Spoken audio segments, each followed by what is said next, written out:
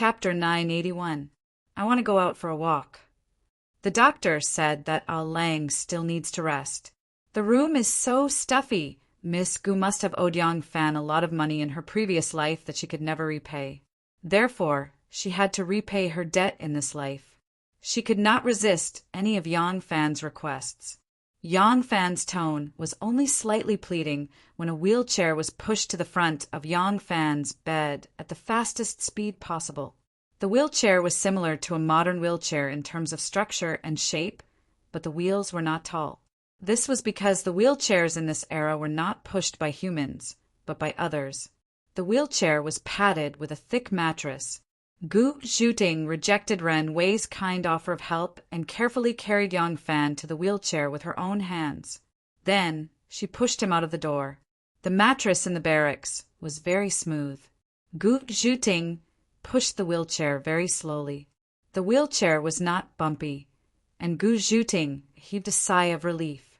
As soon as Yang Fan stepped out of the door, the bright sunlight shone on his body. He squinted his eyes slightly and sniffed the fresh air. However, he did not dare to take a deep breath. He could only greedily taste the fresh air in small mouthfuls. The blue sky was filled with white clouds. There were soldiers training in the distance, but they were very far away. Their shouts were so soft that they could not be heard. It was obvious that they were afraid of disturbing the general's rest. There were a few trees nearby. The tender yellow of the new green was like fog. The wheelchair was driven under a tree. The sunlight shone through the tree's shadow, creating a beautiful scene. On a mound overgrown with mugwort, Bandove and Gray Sparrow were strolling peacefully. They were enjoying the scent of spring with Yang Fan, who was sitting quietly under the tree. In the distance, Ma Chiao, who was dressed in military attire, saw Yang Fan coming out and quickly walked up to him. As Yang Fan's good brother, he had always felt that he was the one who should be by Yang Fan's side. Unfortunately, this right was taken away by Miss Gu. Not only could he not stay by Yang Fan's side, but Miss Gu, who was standing beside him, would look at him with a hidden bitterness when he visited Yang Fan for a long time. Even Ma Chiao, who had always been careless, could not ignore the resentment on the beautiful woman's face. He could only shut his mouth and stop chattering. He clumsily found an excuse and then fled, leaving the time for them to be lovey-dovey. After so many times, Ma Chiao was somewhat afraid to visit Yang Fan. Every time he went in, he would brace himself as if he had a guilty conscience. At this moment, it was rare to see Yang Fan come out to bask in the sun. How could Ma Chiao let go of such a good opportunity? Yang Fan smiled as he looked at Ma Chiao, who was happily walking over. He turned to Ren Wei and said, "Because of my injury, we have to make some adjustments to our plan. Go tell Hu Qianxian and Director Qin that there is no need to rush to settle accounts with them. The imperial court will definitely make a move. Now is not the time to alert them. Tell Director Qin and Hu Qianxian to bluff to attract attention. The Dugu family will secretly gather all the information. Now we are just waiting for the Emperor's horse-slaying sword." At this point, the sickly Yang Fan's eyes revealed a sharp glint like the edge of a blade. Ren Wei nodded and left quickly. After Yang Fan was seriously injured, Ren Wei and the other guards had gained Yang Fan's full trust. They were officially his confidants and could participate in many secrets. Yang Fan patted the back of Gu Zhuting's jade-like hand on his shoulder. He said softly, "Dugu Wentao is dead. You haven't shown up for a long time. Chiao Mu can't hold it anymore. Speaking of Li Hei, this person is quite a character. The problem is that he is not like Chiao Mu, who can only stand on our boat. He knows too little about us, so it is inevitable that he will have disloyalty. You have to go back to Ba immediately to calm people down. You can ask Hu Qianxian and Chan Xianling to put pressure on Lu Qiantian and cooperate with you to send out the transport ships as soon as possible. The old fox surnamed Lu will not make things difficult for you anymore. Besides, this is also a great benefit for him. If Chang'an's transport is affected again, his position as the prefectural magistrate will really come to an end." When Yang Fan asked Gu Zhuting to go back to Ba. Her face was full of reluctance, but she dared not let Yang Fan see it. When Yang Fan said this, she had already obediently answered, yes. Her answer was very natural. Yang Fan then said to Gu Zhuting, how to fight in Chang, and now depends on Luoyang and the emperor. It has nothing to do with Ba, but the transport of the water is related to the millions of people in Chang, and it will also directly affect whether the emperor will move the capital or not. You must be careful. Go quickly. At this time, Ma Qiao had already approached. He raised his voice to greet Yang Fan. Erlang, are you feeling better? But his eyes were looking at Yang Fan's housekeeper with a hint of flattery. On the lovely spring stage, Wu Zetian looked at the memorial in her hands. Her heart was burning with anger. Assassinating an imperial envoy was simply lawless. Just thinking about the use of military crossbows was secretly frightening. Who was the one who used military weapons? How dare they use military weapons to assassinate an imperial court official? What did this mean? This meant that the imperial power and the laws of the country had no restraints on these fugitives. The murderers had completely lost their respect for the laws of the imperial court and the authority of the imperial family. If they dared to assassinate an imperial official today, they would dare to assassinate the emperor tomorrow. Wu Zhe had been assassinated before, so he was especially afraid of this kind of thing. Looking at the memorial jointly submitted by Chen Dong, Hu Yuanli, Shi Yu, and Sun Wenyu, Wu Zetian immediately thought of Wu Yizong. Wu Yizong was the one who had the motive to commit the crime and the conditions to use a large number of people and military crossbows. Wu Yizong was the most suspicious. However, Wu Yizong had already submitted a memorial to defend himself in time. The words in the memorial were sincere. He described in detail all of his actions after he arrived in Chang. He was even not afraid of making a fool of himself. He took the initiative to confess that when Yang Fan first arrived in Chang, and he deliberately invited the Chang and officials to a banquet in order to embarrass Yang Fan. Instead, he was humiliated by Yang Fan, based on Wu Zetian's understanding of her nephew. Since he was even willing to talk about this kind of scandal, it was not very likely that he was the one who did it. After that, he and Yang Fan did not cross paths again. It was not very likely that he delayed until today to take action. Moreover, the murder's original target was Chen Dong and Hu Yuanli. The person who had the biggest grudge with these two wasn't Wu Yizong. If this still couldn't remove Wu Yizong's suspicion, then Wu Yizong's following request was enough to prove his innocence. He took the initiative to remove himself from the imperial envoy position to avoid suspicion. It didn't matter if the person who died was Yang Fan, Chen Dong, or Hu Yuanli. If he was the mastermind and asked to resign after the assassination, then the gains would not make up for the losses. If he firmly denied it, Wu Zetian wouldn't be able to do anything to him because she didn't have any evidence in her hands. The reason he made such an extreme reaction was obviously because he didn't want to be a scapegoat for someone else. He didn't want to become the public enemy of the officialdom. If he was the murderer, why did he need to assassinate her back then when he had such a reaction today? Judging from her experience, Wu Yizong wasn't the murderer. From her feelings, she also didn't want to believe that this lawless murder was from the Wu family.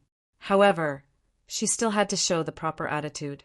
Wu Zetian thought for a long time and then ordered in a low voice, Wu Yizong, as the general of the Jinwu Guards, is now in charge of the security of Chang. However, he allowed rebels to run amok and killed officials. Wu Yizong can't escape the blame. Immediately remove him from the imperial envoy position and transfer him back to the capital. Order Qin Dong of the Ministry of Justice and Hu Yuanli of the Censorate to immediately rectify the Chang and officialdom. No matter who is involved, those who use their power for personal gain, those who take bribes, those who fill their own pockets, and those who violate the law, no matter who it is, punish them all. Order Lu Qiantian to investigate the murderer and bring the murderer to justice. Also, I don't care how much trouble they make, but the Baishan Canal must start on time. If he doesn't do these two things well, he will be punished for dereliction of duty. Wana memorized all of Wu Zetian's orders and respectfully responded. Wu Zetian slowly stood up and raised her eyebrows. She laughed coldly and said, "If the Guanyi Dao is rotten, I will cut out this rotten piece of meat. If the Ming Tang falls, I can rebuild it. I can also rebuild the Guanyi Dao. If they think that I don't punish the masses and that I am afraid of harming the innocent, then they are gravely mistaken." At this moment, Zhang Changzong walked in with his sleeves fluttering in the wind. Wu Zetian saw her little lover and said to Wan, "Go and draft the edict." Shangguan Wan, bowed and retreated swiftly. Zhang Changzong spread out his sleeves and bowed to Wu Zetian. He said, "Changzong greets the sage." Wu Zetian put down the memorial and used a white jade paperweight to hold it down. She smiled at Zhang Changzong and said, "Lu Lang is slacking off again. Is the pearl of the three sects finished?" Zhang Yiji wanted to quickly expand his influence, build up his meritorious service, and increase his seniority. He was not good at martial arts, so he could only start with literature and education. Therefore, he asked the empress for permission and gathered Song Jiwen, Shen Wenqi, Du Xinyan, Zhang Shua, Li Jiao, Wei Jigu, Lu Jiji, Cui Shi, and other famous scholars to compile a book. This book would collect the poems of famous scholars since the early Tang dynasty, as well as the scriptures of Buddhism and Taoism. Therefore, it was named Three Sects. Writing a book was a shortcut for a scholar to become famous. Once the book was completed, he would be a great scholar in the literary world and would have the capital to compete with a group of famous officials in politics. This was also used by Wu Zetian when she was competing for the throne of the empress. Zhang Changzong said with a smile, "This matter has Wulong in charge and many scholars to help me. Changzong's talent is shallow, so why do I need to do this? When the book is completed, Changzong will follow all the scholars and just hang my name behind them. Changzong feels that accompanying the sage is more important." Wu Zetian laughed and said, "Xiaodongxi, you have a sweet mouth. Come, sit beside me." Zhang Changzong walked to Wu Zetian's side and sat down next to her. Wu Zetian picked up the half-drunk fermented rice and personally fed him a few mouthfuls. The two of them whispered and laughed very intimately. They also touched each other's ears and temples. Only then did Wu Zetian remove the paperweight and start reading the memorial again. Zhang Changzong sat on the side and gently massaged Wu Zetian's shoulders. The little servant tiptoed into the main hall and stood behind a huge pillar that was as thick as a person's arms. Zhang Changzong saw him and knew that he had something to tell him. He excused himself from urinating and left the main hall. The little servant quickly followed him. As soon as he left the main hall, Zhang Changzong said impatiently, "Sneaking around, what's the matter?" Chapter 982. Wu Yanji also said, "Pa." A heavy slap to the face caused the little attendant to spin twice on the spot. He was dumbfounded. Zhang Changzong's face alternated between red and white as he angrily said, "Shut up! Don't say any more." The young attendant covered his face and answered embarrassedly, "Yes, yes, yes." Zhang Changzong's face was burning. He was still young. Even though he had served a 70-year-old woman as a youth and knew that the world was secretly laughing at him, he still couldn't accept the fact that he was being ridiculed and humiliated by others. It was as if he had been slapped hard in the face. He even had the intention to kill. Li Zhongruan, Wu Yanji, Princess Yongtai, Zhang Changzong's handsome face was distorted. His eyes were filled with hatred. He wished he could smash these three people into pieces. He raised his head to look at the young attendant, who was at a loss, and shouted, "Scram!" The young attendant originally wanted to snitch on his master, but he didn't expect Zhang Changzong to fly into a rage at him. He didn't dare to let out another fart and hurriedly slipped away. Zhang Changzong flicked his sleeves and walked toward the lovely spring stage. "Sixth Lang is back. We are a little tired and want to sleep for a while. Come and massage my head." When Wu Zetian saw Zhang Changzong, she put down the memorial and leaned back on the soft couch with a smile. She slightly closed her eyes. In the end, She didn't wait for the gentle massage of 10 fingers on her head. Instead, she waited for a low sob. Wu Zetian opened her eyes and saw Zhang Changzong kneeling on the ground with his forehead touching the ground and his shoulders shaking. She couldn't help but ask in surprise, "What happened to Sixth Lang?" As Wu Zetian spoke, she quickly got up from the couch and walked over to help him up. As she did so, she saw Zhang Changzong's face covered in tears. Wu Zetian felt very distressed and hurriedly said, "Sixth Lang, why are you crying? Quickly get up. If you have any grievances, tell us. We will take care of it for you." Zhang Changzong choked with sobs and said tearfully, "Changzong can no longer serve the saints. Please have mercy and let Shi Changzong leave the palace." Wu Zetian panicked even more. She hugged him and said, "Zhen's little sweetheart, you were fine just a moment ago. What happened to you?" As she spoke, Wu Zetian swept her gaze across the hall, thinking that one of the palace maids and eunuchs in the hall had offended Zhang Changzong. Her gaze was very fierce, and the palace maids and eunuchs in the hall all knelt down in fright. Zhang Changzong said with tears in his eyes, "Everywhere under the heavens, everywhere belongs to the king. Everywhere belongs to the king. It is Changzong's great fortune to be doted on by the saint, but now there are people making irresponsible remarks. Changzong can ignore these rumors, but I can't let the saint's reputation be damaged, and I can't bear to let my late grandfather be shamed." Wu Zetian vaguely guessed something. She asked in a stern voice, "Just tell me, Lulang, who humiliated you? Who slandered the monarch and offended his superiors? Speak. This emperor will help you." Zhang Changzong told Wu Zetian about the matter of Wu Yanji, Li Zhongruan, and Princess Yongtai, adding oil and vinegar. Hearing this, Wu Zetian was enraged, and her cheeks glowed green. In recent years, she was getting on in years, and her temperament had become more benevolent, so she rarely had any murderous intent.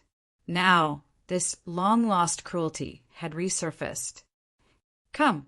Little Hai, who had been promoted to the chief steward of the inner attendants, quickly stepped forward and bowed to receive the order. Wu Zetian gritted her teeth and said, "Go, arrest Li Zhongruan and Wu Yanji and beat them to death in the palace." Of these two people, one was her own grandson, and the other was her grandnephew. Little Hai knew that these two people were going to have bad luck, but he didn't expect that the order was to beat them to death. He couldn't help but turn pale with fright, but the emperor was in a rage, so he didn't dare to say another word. He quickly complied. Wu Zetian added, "Take Yongtai to the crown prince's palace. Tell the crown prince that if he can't even raise a daughter, how can he be the heir apparent? We will now send his daughter over and have him properly discipline her. If we are not satisfied, we will personally teach his daughter for him." Little Hai obediently complied, then turned and left.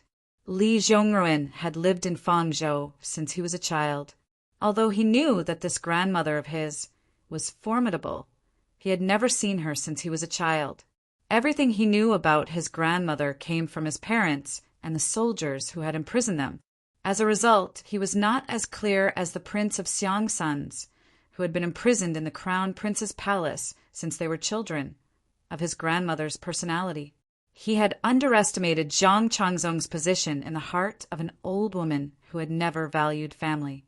When he was captured by the ruthless palace warriors, he still believed that he was still a prince, an imperial grandson, the grandson of the current emperor. At most, he would be detained and given a few words of reprimand. His grandmother would never heavily punish him just because of a few words of disdain for Zhang Changzong. It was only when he heard little Hai say death by flogging that he paled in fright.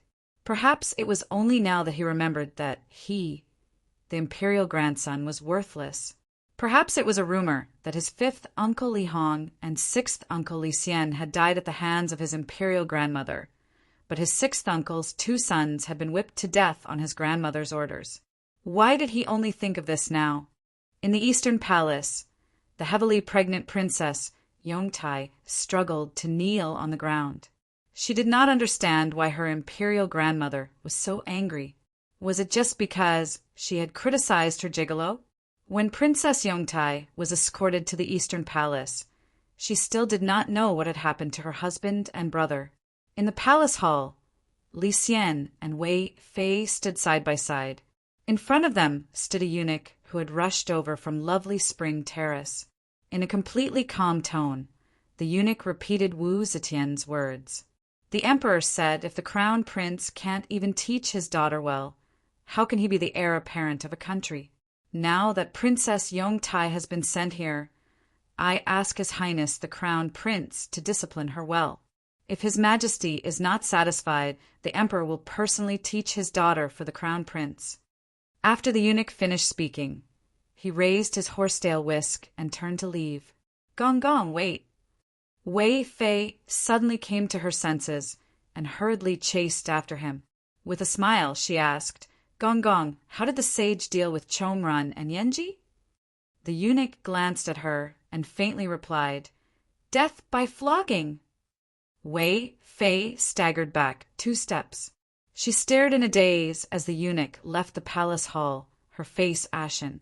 Li Chomran was her own son, and Princess Yongtai, Li Xianhui, was her own daughter, but now Li Xian stood in a daze for a while. Suddenly he cried out involuntarily, Chomran, my son. Tears gushed out like spring water. Wei Fei grabbed Li Xian, who was about to run out of the palace hall, and asked in a trembling voice, Lang Jun, where are you going?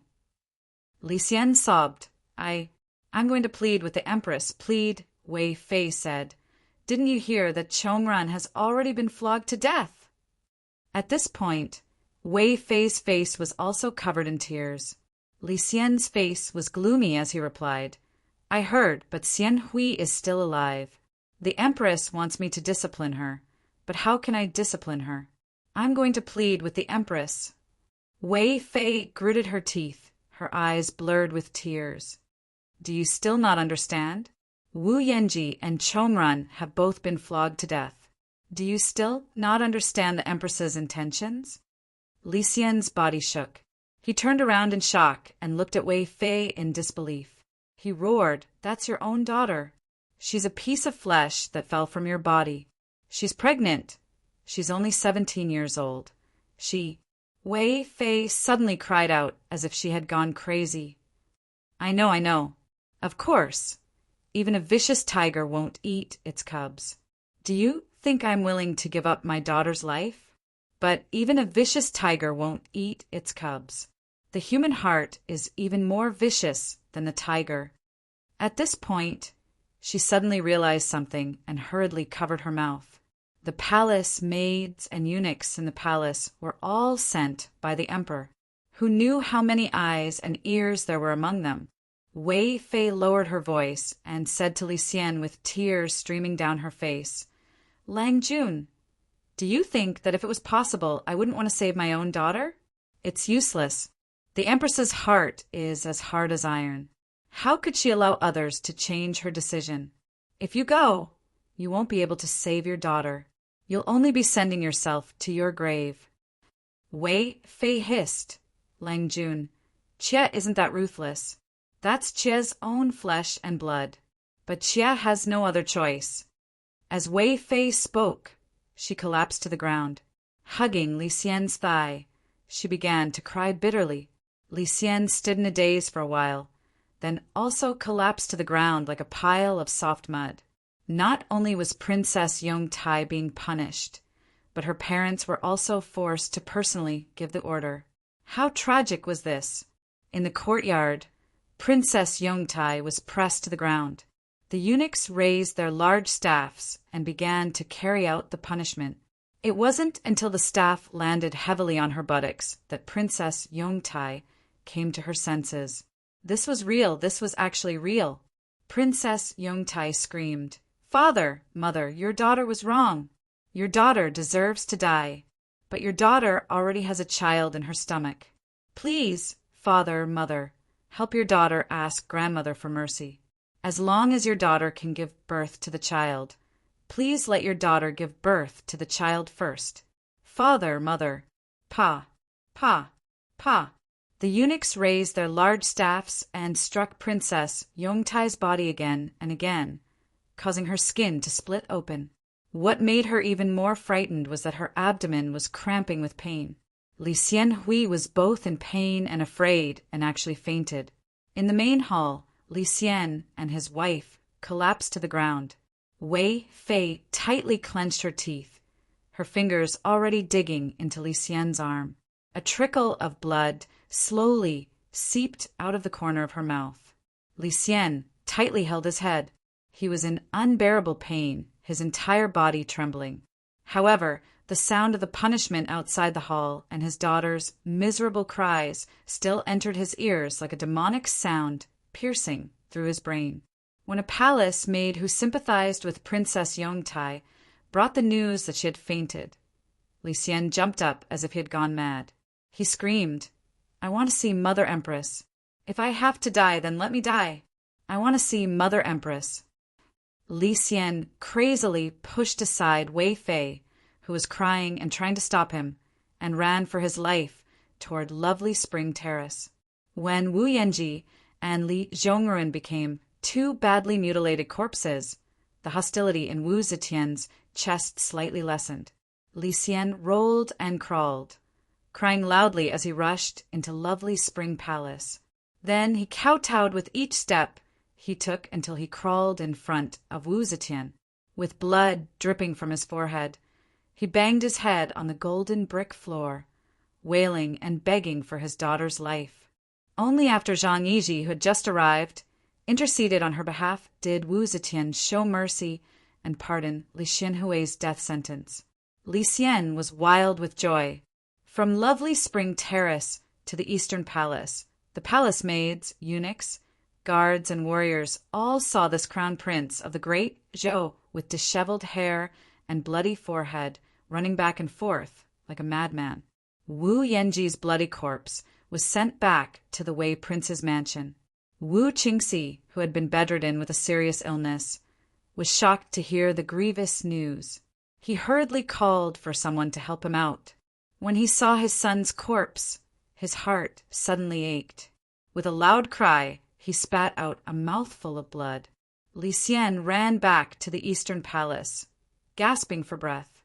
Li Xianhui was unconscious on the ground, a pool of blood still flowing out from under her. Li Xian turned pale with fright. He staggered and threw himself forward, holding his unconscious daughter in his arms. He wailed miserably, "Someone come quickly! Save me! My son has a miscarriage! Someone come and save me!" Chapter 983. Zhang Yiji was presiding over the compilation of the 3 teachings Zhu Ying in Fengqin prison. These days, he did not go to Wu Zetian's place as often. However, today the emperor had beaten the imperial grandson and a Junwang of the Wu family to death because of a few words of gossip. The matter was too sensational, so the news quickly spread to Fengqin prison. Zhang Yiji, who was busying himself amidst the ink-scented manuscripts, turned pale with fright when he heard the news. He hurriedly rushed to the Lovely Spring Terrace. When he rushed into the courtyard of the Lovely Spring Terrace's palace, a few little eunuchs happened to be carrying Li Zhongruan and Wu Yanji's corpses out. When Zhang Yiji saw this, he immediately complained incessantly in his heart. He then entered the palace and saw Wu Zetian. They had only exchanged a few words when Crown Prince Li Xian barged in like a madman. Zhang Yiji kindly persuaded Wu Zetian to appease her thunderous fury and promised to pardon Li Xianhui. Li Xian then madly ran away. Although Wu Zetian was standing up for Zhang Changzong, she had killed a grandson and a grandnephew in one fell swoop, and the life and death of a pregnant granddaughter was still unknown. The atmosphere in the hall was inevitably strange. The 2 brothers felt very uncomfortable standing there, so Zhang Yiji found an excuse to take Zhang Changzong away. With a gloomy face, Zhang Yiji led Zhang Changzong back to Fengqin prison. Zhang Yiji said coldly, "Lu Lang, we've offended both the Wu and Li clans." Zhang Changzong resentfully said, "Wulong, if someone insults your mother, what will you do?" Zhang Yiji said sternly. Whoever dares to humiliate my mother will be spilled with blood. Zhang Changzong said, That's right. They slandered and humiliated me. Not only that, they even insulted our Zhang family and our deceased grandfather. If I didn't know about it, it would have been fine. But now that I know, how can I not retaliate? Zhang Yiji sighed heavily and said, A small punishment is fine. There is no need to kill him. Now, you and I are the target of public criticism. Zhang Changzong said indifferently, So what? With the saint doting on us, who can do anything to us? Zhang Yiji lowered his voice and said, The hatred is too deep, it can't be resolved. The sage is already very old. If anything were to happen to him, you and I would die without a burial ground. Zhang Changzong could not help but be moved when he heard this. He thought about it carefully and became angry. He said, The Luling family was able to return to Luoyang and become the crown prince. If we did not put in a good word for them in front of the saints, how could they have returned so easily? They actually looked down on us. I really can't take this lying down.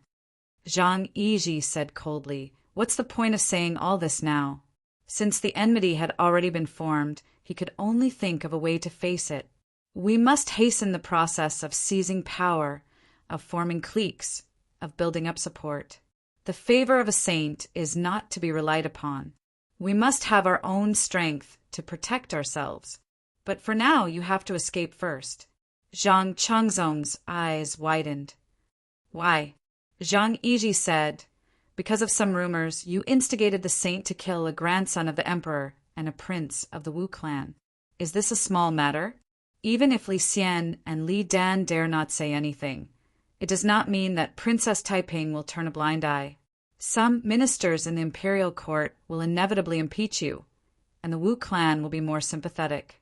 Although you have the protection of the saint, it is good for you to temporarily avoid the limelight. Zhang Changzong heard this and said angrily, Avoid? Where can I avoid? He lowered his head and thought for a while. Suddenly he said, I remember. Just now when I went to see the saint, there was a memorial on the saint's desk. It was dealing with the case of Yang Fan's assassination. How about I ask the saint for an edict and go to Chang'an to supervise the case? Zhang Yiji's expression changed. He quickly asked for the details. When he learned that Wu Yizong had been removed from his position and transferred back to the capital, his eyes brightened. He blurted out, Good place. I will stay in the capital and continue to compile the 3 schools pearl. You go to Chang and to replace Wu Yizong and take the opportunity to control the military. At that time, our positions will be as stable as Mount Tai. Zhang Changzong was overjoyed and said, That's good. I will go tell the saint now. Wait. Zhang Yiji pulled him back and smiled meaningfully. We cannot let the saint understand our intentions. We have to go in the name of avoiding disaster. Let's wait a little longer. When the memorial to impeach us reaches the emperor, it will not be too late to bring it up to the saint. In the Eastern Palace, Li Xian and his wife did not sleep a wink. The imperial physicians came in and out, and the Eastern Palace was brightly lit. In the middle of the night, Li Xianhui, who was only 17, gave birth to a stillborn child that was not yet fully formed. When it was almost dawn, the oil lamp was completely extinguished. This young and beautiful princess used up the last of her life force and left this world with her husband and child who had just died. Li Xian sat in the palace with a haggard appearance. It was as if he had aged 10 years overnight. His hair was much whiter. Concubine Wei's own son and daughter had died in one day and one night. She cried until her eyes were red and swollen like peaches. When the sky brightened, the majestic and loud bell above the gate of heaven began to ring. The sound of the bell drowned out the faint cries of the Eastern Palace. In the Wei Palace, in Wu Qingxi's bedroom, Wu Yanni, Wu Yanin, and Wu Yanshou knelt in front of the bed. Wu Qingxi lay on the bed, his face as pale as gold paper. Wu Qingxi had 6 sons. The 5th son had died young. The eldest, Wu Yanji, had been beaten to death yesterday. The youngest, Wu Yanxiu, had gone on a diplomatic mission to the Turks. In the end, he had been detained on the plains and had not been released. He only had 3 sons by his side. The 3 sons looked at their father with tears in their eyes. When Wu Qingxi had been exiled to Jinzhou, Hainan Sanya, by Wu Zetian, he had suffered from an illness because of the harsh environment and poverty. In the past few years, his illness had flared up and his health had worsened. Now that he had been aggravated by the death of his son, he was on the verge of death. Wu Qingxi, who had long been as thin as a stick, lay on the bed like a dried corpse. His unfocused eyes gazed at the ceiling of the tent as he muttered to himself, "My father died in her hands. My son died in her hands. This evil woman, more poisonous than a snake. Cough, cough, cough, cough." Wu Yenny said uneasily, "Father!" He waved his hand and chased the servants out. With tears in his eyes, he said, "Father, the dead cannot come back to life. Eldest brother has passed. Father, please take care of yourself." Wu Qingxi was already on the verge of death. He did not seem to hear his son's words and only stared at the ceiling of the tent. His face swelled red for a while before he suddenly shouted, "She is the bane of all existence. She is the bane of all existence. This evil woman, punishing her husband and punishing her children, punishing her relatives and friends. She is the bane of all existence. Father." Wu Qingxi shook off Wu Yenny's hand and cursed at the top of his voice. "This evil woman. She is destined to have no relationship with her 6 relatives and live alone for the rest of her life. She is destined to be miserable in her later years and be deserted by all. She is not fit to be the daughter of the Wu family, not the daughter-in-law of the Li family. Even if she goes to the netherworld, she will not have the face to see her relatives. Even if she becomes a ghost, she will still be a lonely ghost. Father, please don't say any more. Father, father?" Wu Yenny stared blankly at Wu Qingxi. Wu Qingxi's eyes were bulging with anger as he stared at the empty ceiling of the tent. He had actually died. When the 800th bell in the morning rang for the last time, a luxurious carriage drove onto Ding Ding Street. The tassel curtain swayed gently. Princess Taiping, who was sitting upright in the carriage, had a gloomy expression. She had been staying in Zizayuan for the past few days. Although someone had informed her of what happened in the palace yesterday, she did not have the time to return to the city that day. Therefore, she rushed back early this morning. As soon as Princess Taiping entered the city, she ordered the carriage driver to go straight to the palace. The carriage was spacious. An old man in a black robe was sitting on the side. His hair and beard were half white and his face was delicate. His expression and temperament were elegant but steady and resolute. The old man stroked his long beard and said in a deep voice, "The emperor is going to attend the court early in the morning. If the princess enters the palace at this time, it will be too aggressive. In my opinion, the princess should not be so impatient. Do not panic when you encounter something, otherwise you will be in a mess."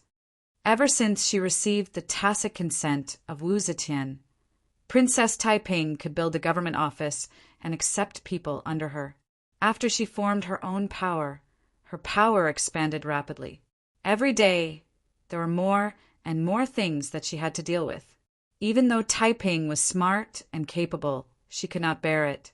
The steward of her mansion, Li Yi, could only listen to orders and run errands. They could not do this kind of thing. The ministers under Taiping had their own official duties and could not often go to the mansion to discuss business. Therefore, Taiping urgently needed a capable advisor.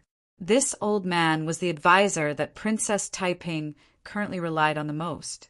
The old man's surname was Mo Yuhan. He was from Fuzhou.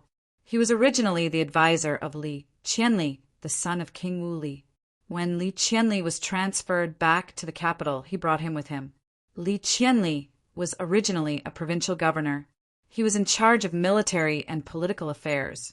Although he ignored all government affairs to avoid arousing Wu Zetian's suspicion, there were still some things that needed his approval and seal. These things were all handled by Master Mo. Now that Li Qianli had returned to the capital and become a general of the imperial army, he no longer needed this advisor at his side. Once, when he attended a banquet at Princess Taiping's house, he heard that Princess Taiping was in need of someone, so he recommended this old man to Taiping. Master Mo was extremely knowledgeable, wise, and farsighted. He was highly regarded by Taiping and was now Taiping's #1 advisor. Upon hearing Master Mo's words, Princess Taiping shot him a somewhat displeased glance. Does Master Mo mean that this princess should not be involved in this matter? Mo Yuhan harshly replied, You shouldn't. At the very least, you shouldn't be the vanguard. If there is a need to appear, the crown prince and the Prince of Xiang should appear before the princess. If the princess barges into the palace early in the morning to see the emperor, isn't there suspicion of relying on favor and arrogance? The Son of Heaven is going to attend court early in the morning. If the princess is so impatient, isn't this too overbearing? Princess, please do not forget that this is the princess's mother, the current Son of Heaven. Moreover, because of a few offensive words, the emperor has caned a crown grandson and a prince to death, treating the lives of his sons and grandsons like grass. This matter is certain to shake all levels of society. In today's court assembly, all the officials are certain to take action. If the princess goes to see the emperor early in the morning, what will the emperor think? Will he think that these officials have all received the princess's orders? Princess, be careful not to overreach yourself. Princess Taiping was startled. As the carriage rumbled, the ornament on Taiping's head trembled. Suddenly, Princess Taiping called out, Turn around and return to the estate.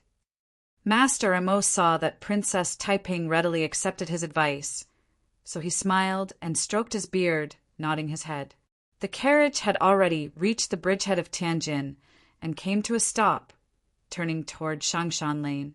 The carriage entered Shangshan Lane.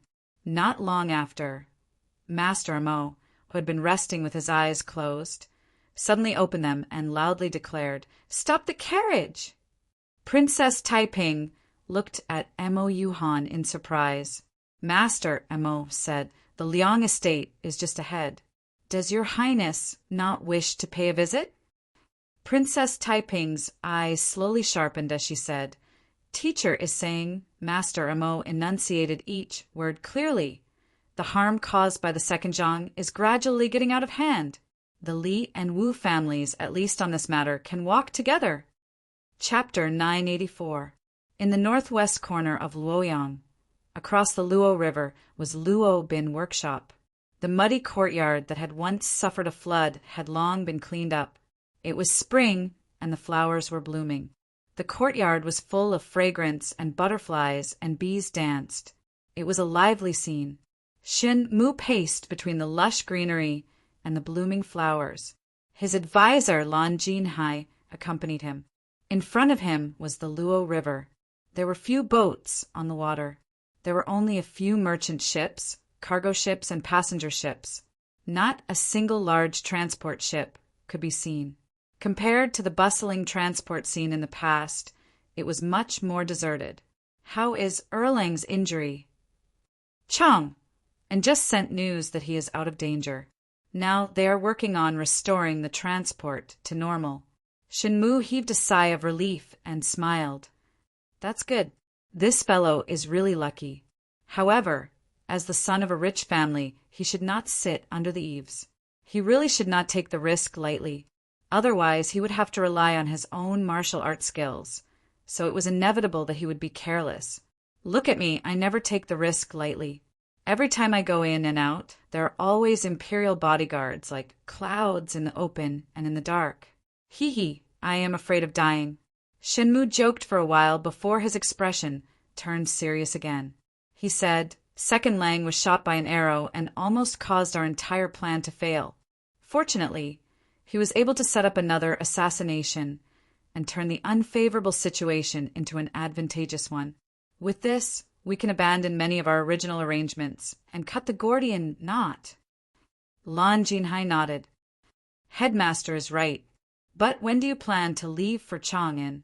Shinmu smiled and said, with Erling and Chang and Abdullah secretly assisting us, the official situation is now very favorable to us.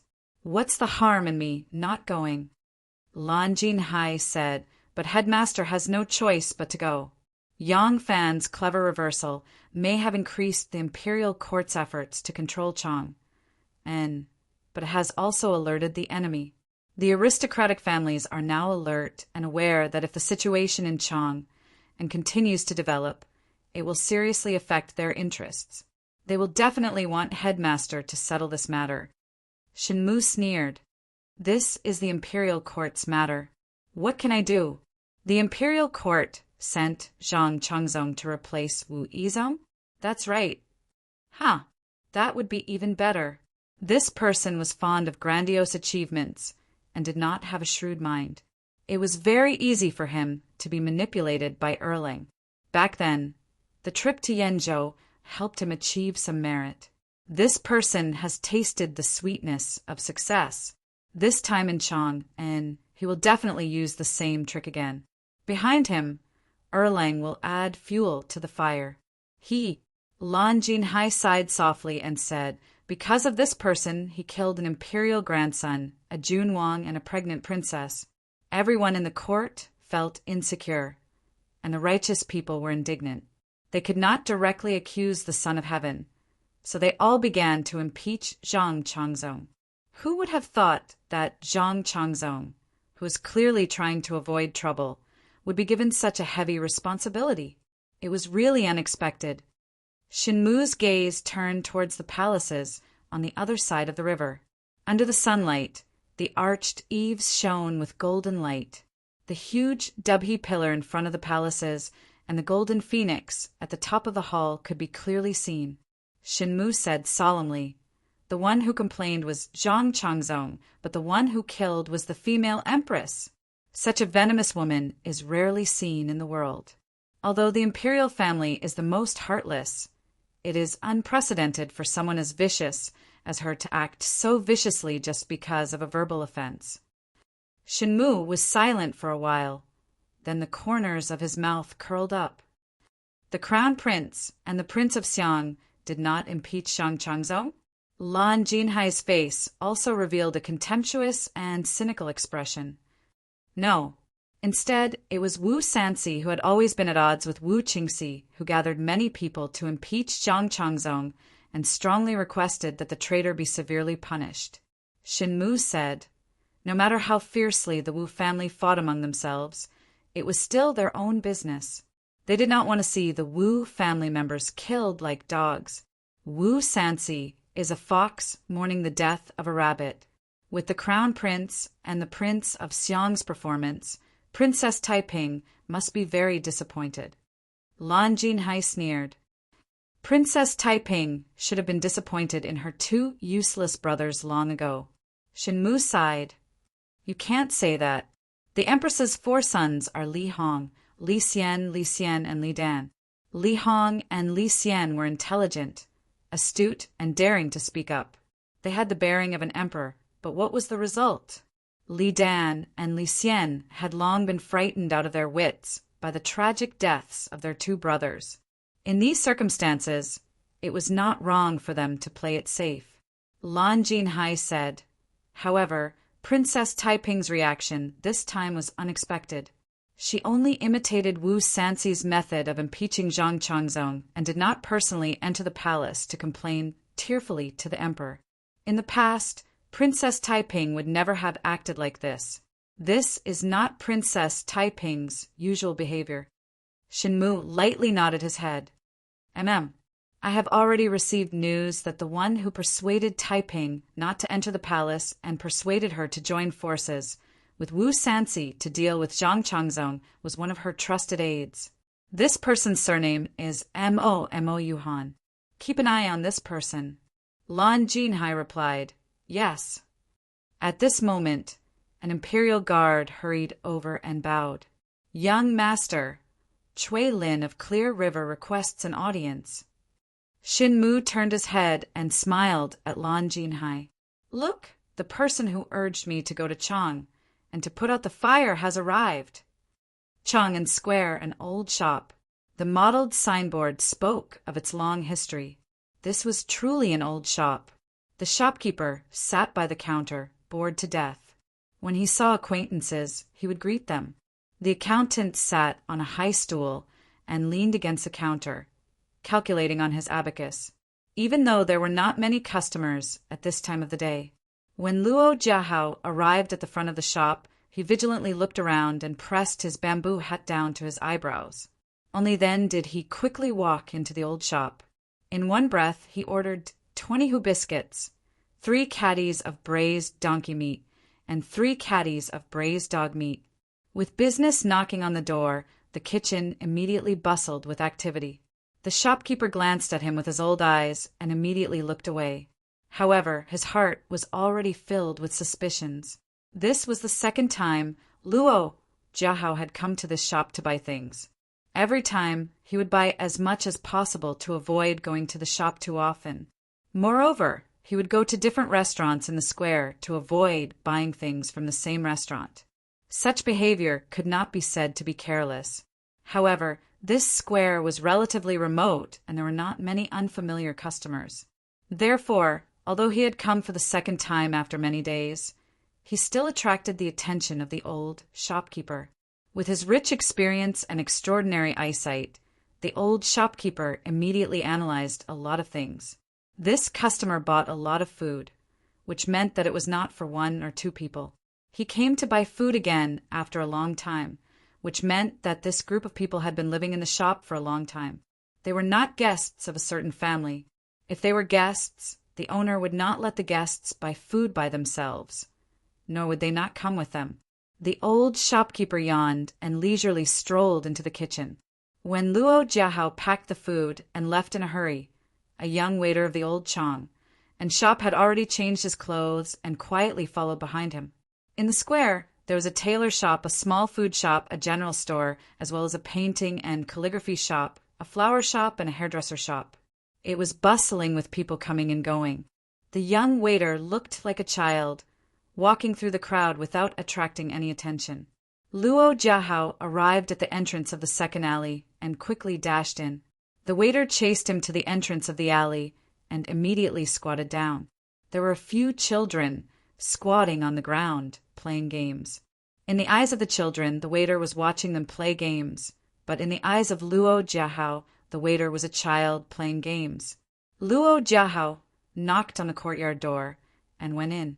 Soon, the young waiter also left. Vehicles and ships, foot and teeth had always been one of the most closely related industries. The Baishang Chao gang was determined to find those assassins. The city foxes and rats, fish, shrimp, turtle, and crab, when they displayed their abilities, it was also very astonishing. What the government could do, they could not do. What the government could not do, they could do. Soon, the news was sent to Ba, and the 5 Elements Association immediately sent a group of experts to Chang'an City. Longqing Square was located in the east of Chang'an City. This square was originally the same as other squares, with many families, neat streets, and neatly planned houses and buildings. But a few years ago, a family in Longqing Square dug a well and accidentally touched an underground spring. The spring water gushed out and the ground sank. After a few years, it actually formed a pool the size of 10 hectares. The people who were drowned by the water moved away. The aristocratic families were very happy about the appearance of such a water feature in the city, and they all built houses around the lake. There was a place protruding out of the water, forming a small island in the middle of the lake. There was only one road connected to the land. This island in the middle of the lake became a place where every inch of land was worth its weight in gold. Now there were only villas built by the Chang and local magistrate Lu Xiantian and a marquis. There were no other houses on the island. The island was covered with trees, green grass, and flowers. Coupled with the ripples of the lake, it became a beautiful place with beautiful scenery.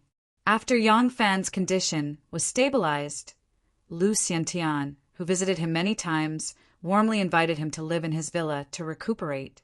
The Longqing Pond was beautiful and the environment was elegant.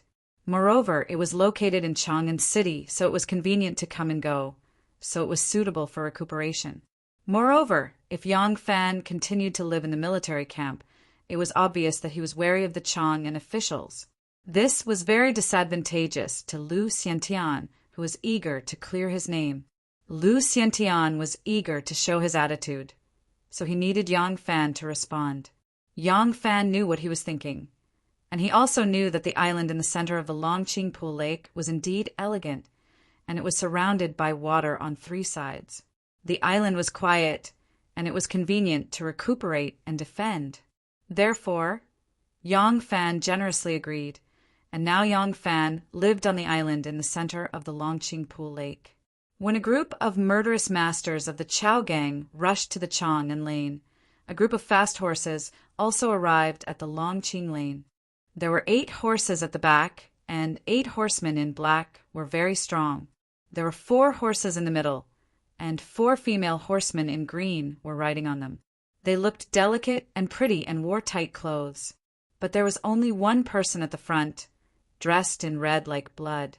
There were a total of 13 horsemen, all carrying long swords on their shoulders.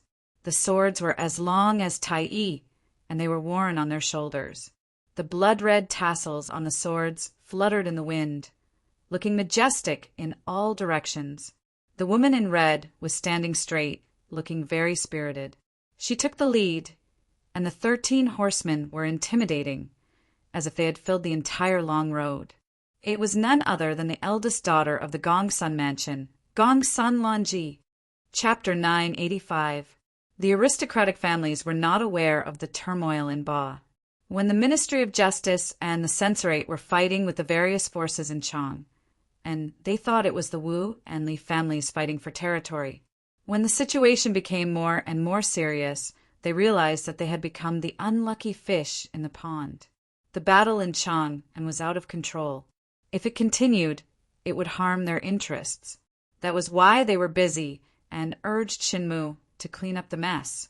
After Cui Lin paid a visit to the Shen family, Shenmu readily agreed, because they still had to travel a long way to Chang, and he was afraid that something might happen during this period.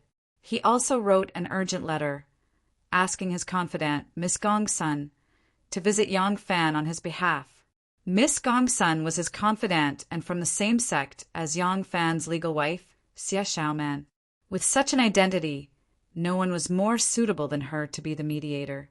The aristocratic families were pleased with Shenmu's reaction, but they did not understand Miss Gongsun's temperament at all.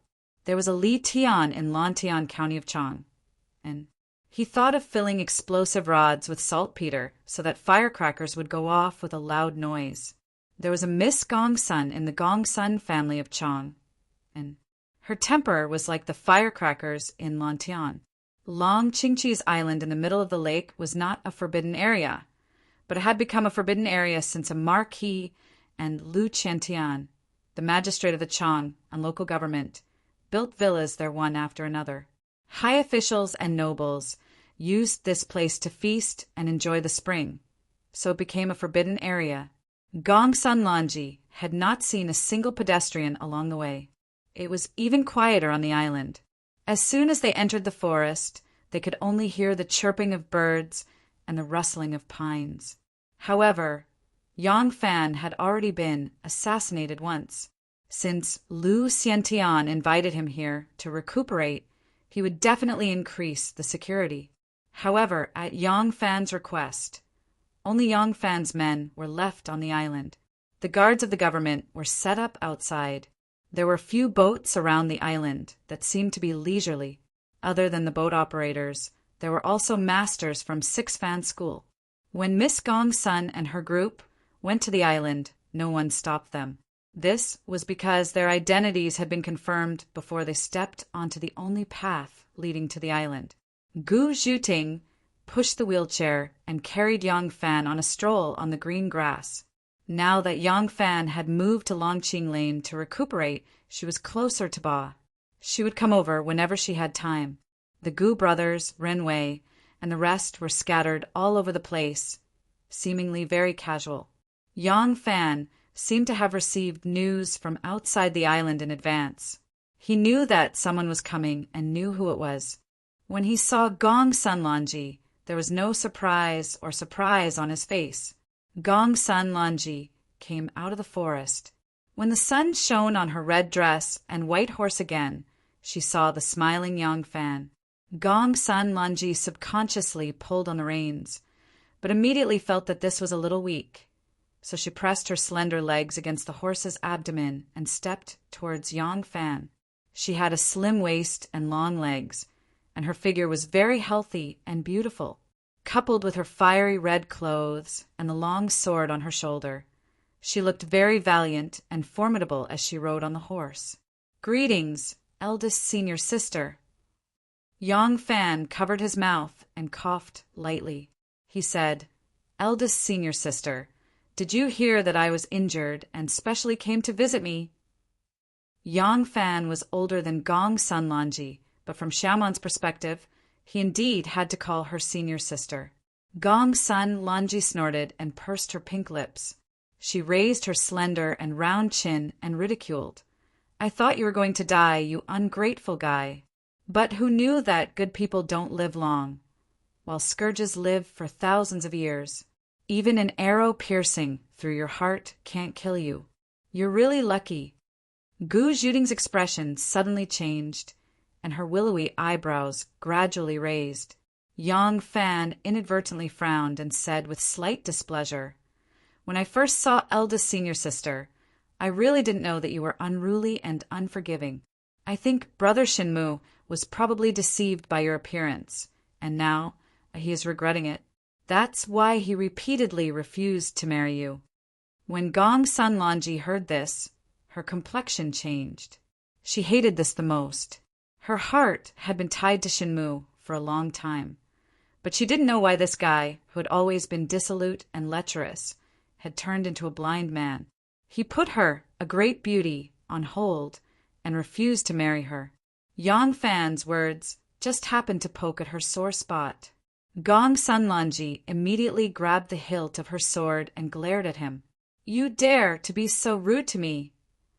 The three Gu brothers stood at a distance. They saw that behind Gong Sun Lanji there were 4 female riders in green and 8 male riders in black, standing at the edge of the forest. They didn't lower their heads, and the horses didn't wag their manes. They stood in an orderly formation and didn't move forward, so they also didn't move. Yang Fan's face turned cold as he said, "Eldest senior sister put up such a big formation, and it's not to visit this Yang's illness. The moment we met, you first ridiculed me and then blamed this Yang for being disrespectful?" Gong Sun Lanji said in a carefree manner, "If it wasn't for the fact that you are ungrateful, why would I speak so rudely? Speaking of extravagance, when has this young lady ever had an extravagance? They aren't even members of my Gong Sun family. My family doesn't have such an extravagant style." Yang Fan's heart moved. He quickly swept a glance at those obviously well-trained male and female riders and suddenly understood. Gong Sun Lanji admittedly liked to fight. Now that he was in a hostile state with Shinmu and she had fallen in love with Shinmu, it was inevitable that she would have enmity towards him. However, she wouldn't use such malicious words to ridicule him the moment they met. This was no longer a matter of temper, but a matter of upbringing. Although eldest young, Lady Gongsuen's temper wasn't good, her upbringing wasn't that bad. Then, with her current attitude, could it be that she was simply looking for a fight? Yang Fan anxiously calculated in his heart, but his expression didn't change. He indifferently asked, "Ungrateful? I wonder what kind of gratitude Miss Gong Sun is talking about." Gong Sun Lanji cast a glance at the hostile Gu Zhuting. Yang Fan understood and said, "It's fine. You can speak freely. There are no outsiders here." Gong Sun Lanji nodded and arrogantly said, "Back then, if it wasn't for Brother Shinmu's discerning eyes, you wouldn't have entered the eyes of the various aristocratic families. If it wasn't for Brother Shinmu defeating young Master Jiang, you wouldn't have been able to sit in your current position. A person should know how to repay kindness. But what about you? Once you grasped power, you and Brother Shin Mu started to fight openly and covertly. Yang Fan interrupted her words and said, I can also repeat Miss Gongsuen's words to Brother Shin. However, the discerning bull will be replaced by young Master Jiang, and the one who is supported by others will be replaced by Brother Shin. I wonder how Brother Shin will feel after hearing this. You! Gong Sun Lanji flew into a rage out of humiliation. She forcefully suppressed her anger and said, Brother Shinmu is about to rush to Chang and from Luoyang. Yang Fan raised his brows and said in a carefree manner, So what? Gong Sun Lanji said, That's why I'm here to advise you. You better behave yourself. Yang Fan was so angry that he smiled and said, I don't quite understand Miss Gongsuen's words. Gong Sun Lanji said, You are fighting with the king of Hanoi for power, but you shouldn't implicate the innocent. Now that the imperial court has decreed that the king of Hanoi, Wu Yizong, will be transferred back to the capital in a few days, there is no one here to fight with you. You better give up now. Otherwise, the imperial court will make a big move and the entire Guanyi will be in a reign of terror. In the end, you can only end up with mutual destruction. Gu Zhuting couldn't hold it in any more and reprimanded. Maya Lang was plotted against. If it wasn't for heaven's help, he would have died on the streets. Miss Gong Sun, you want my Ah Lang to stop with just a few words? Even if young Master Shin was here, he wouldn't dare to order my Ah Lang around like this. Miss Gong Sun, you are too arrogant. Yang Fan continued, back in Luoyang with Chui Lin as a witness. I have already reached a compromise with Brother Shin. I have been in Chang, and for so many days, and I have always been well behaved. I didn't do anything against the hidden sect. This time, the Emperor is about to move to the west. The Ministry of Justice and the Imperial Censorate are the vanguard to rectify Chang and please the Emperor. Unexpectedly, it affected the interests of the Chang and officials, and there was a lunatic who tried to assassinate the Imperial envoy. Yang Fan just happened to be caught in the crossfire.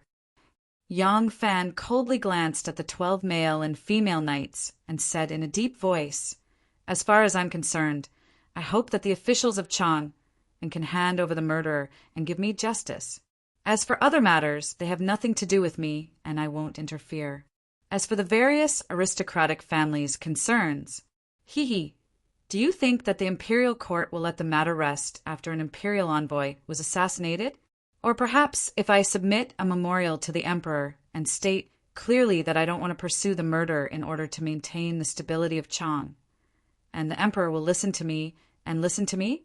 Childish. Miss Gong Sun, if you are arrogant, you can still be treated. If you are arrogant and stupid, then you can't be treated. Gong Sun Lanji really had a temper that flared up at the slightest provocation. A red shadow flashed, and she had already leaped down from her horse like the wind. She stretched out her fingers and grabbed at Yang Fan. Her almond-shaped eyes were spewing fire as she said angrily, Who are you calling stupid? Pa, pa, pa, pa. Like a burst of firecrackers, Gu Zhuting swiftly spun out from behind Yang Fan. Like a phantom, she blocked in front of him and slapped at Gong Sun Lanji's forearm, knocking her palm away. If the first impression between beautiful girls was not good, then the more they looked at each other, the more they disliked each other and inexplicably became enemies. Moreover, Gong Sun Lanji had cursed Yang Fan for not dying early. Gu Zhuting had long since hated her to the bone. Once her move succeeded, she immediately used the rebounding pipa to slap Gong Sun Lanji's pretty face. This eldest Miss Gu would only pretend to be an obedient little white rabbit in front of Yang Fan. In front of others, she did not have the slightest bit of good temper. Seeing this, Gong Sun Lanji became even angrier and immediately launched a counterattack. Their fists and palms clashed, and their legs collided. In an instant, they were entangled in a fight. The 12 horsemen were indeed not from the Gongsun mansion. They were sent by the aristocratic families to boost their morale. As for whether or not they had the intention of monitoring, only they themselves knew. Since the news of the Empress's intention to move to the west spread, the elders of the aristocratic families who had been entrenched in Chang and all year round returned to their respective counties. Some things that were in the open also went underground. Those officials who were close to them also temporarily cut off contact. These old fellows had very sensitive noses. It was precisely because of this reason that when the sudden accident occurred in Chang, and it was already too late for them to intervene, there was no great general in Sichuan, so they put Zheng Yu out to be the vanguard. In the end, Zheng Yu was muddle-headed and failed miserably without even finding an opponent. Only then did they find Shenmu. Shenmu hurried back, but he was afraid that something might change midway. Therefore, he entrusted Gong Sanlanji to appease Yang Fan first. Gong Sanlanji was the senior sister of Yang Fan's legal wife. The last time Yang Fan came to Chang, and he stayed in the Gong Sun mansion. In the eyes of the aristocratic families, Gong Sanlanji was indeed the best mediator. She was even more qualified than Shenmu, who was about to return. However, if they made a wrong judgment from the root, how could they make the right move on this basis? Now, the mediator had not even said 3 words and actually attacked Yang Fan's people. Chapter 986. Gong Sanlanji's punches and kicks were the same as her swordplay. They were wide open and powerful. On the other hand, Gu Zhuting's martial arts were small and tricky, quick and nimble. The two of them had completely different styles, but their fight was incomparably fierce. Yang Fan was sitting on a chair while the 2 young ladies were engaged in a fierce battle in front of him. Both of them were beautiful and radiant. But when they fought, it was like a female leopard and a spirit fox. You go back and forth, you advance, and I retreat, one dancing like flying snow, the other flying like raging flames. Outsiders could only see one dressed in white and the other in red. The 2 ladies were fighting very beautifully. Because of the fierce fight, their creamy skin revealed a rosy blush, making them even more beautiful and charming. In the eyes of an insider, the 2 of them were fighting very fiercely. No matter who was hit by the other, their newly whipped willow-like body would not be able to withstand it. Pa, pa, pa! After a few more blows, the 2 figures in the fierce fight suddenly separated. Chang! A dragon's roar sounded. Gong Sanlanji's long sword was unsheathed. Gu Zhuting's eyes flashed, and when Gong Sanlanji pulled out her sword, she pounced towards her. Halfway through, her short sword was unsheathed, and a cold light pierced towards Gong Sanlanji's throat. Seeing that the 2 of them had actually used their swords, the 12 male and female riders were very uneasy.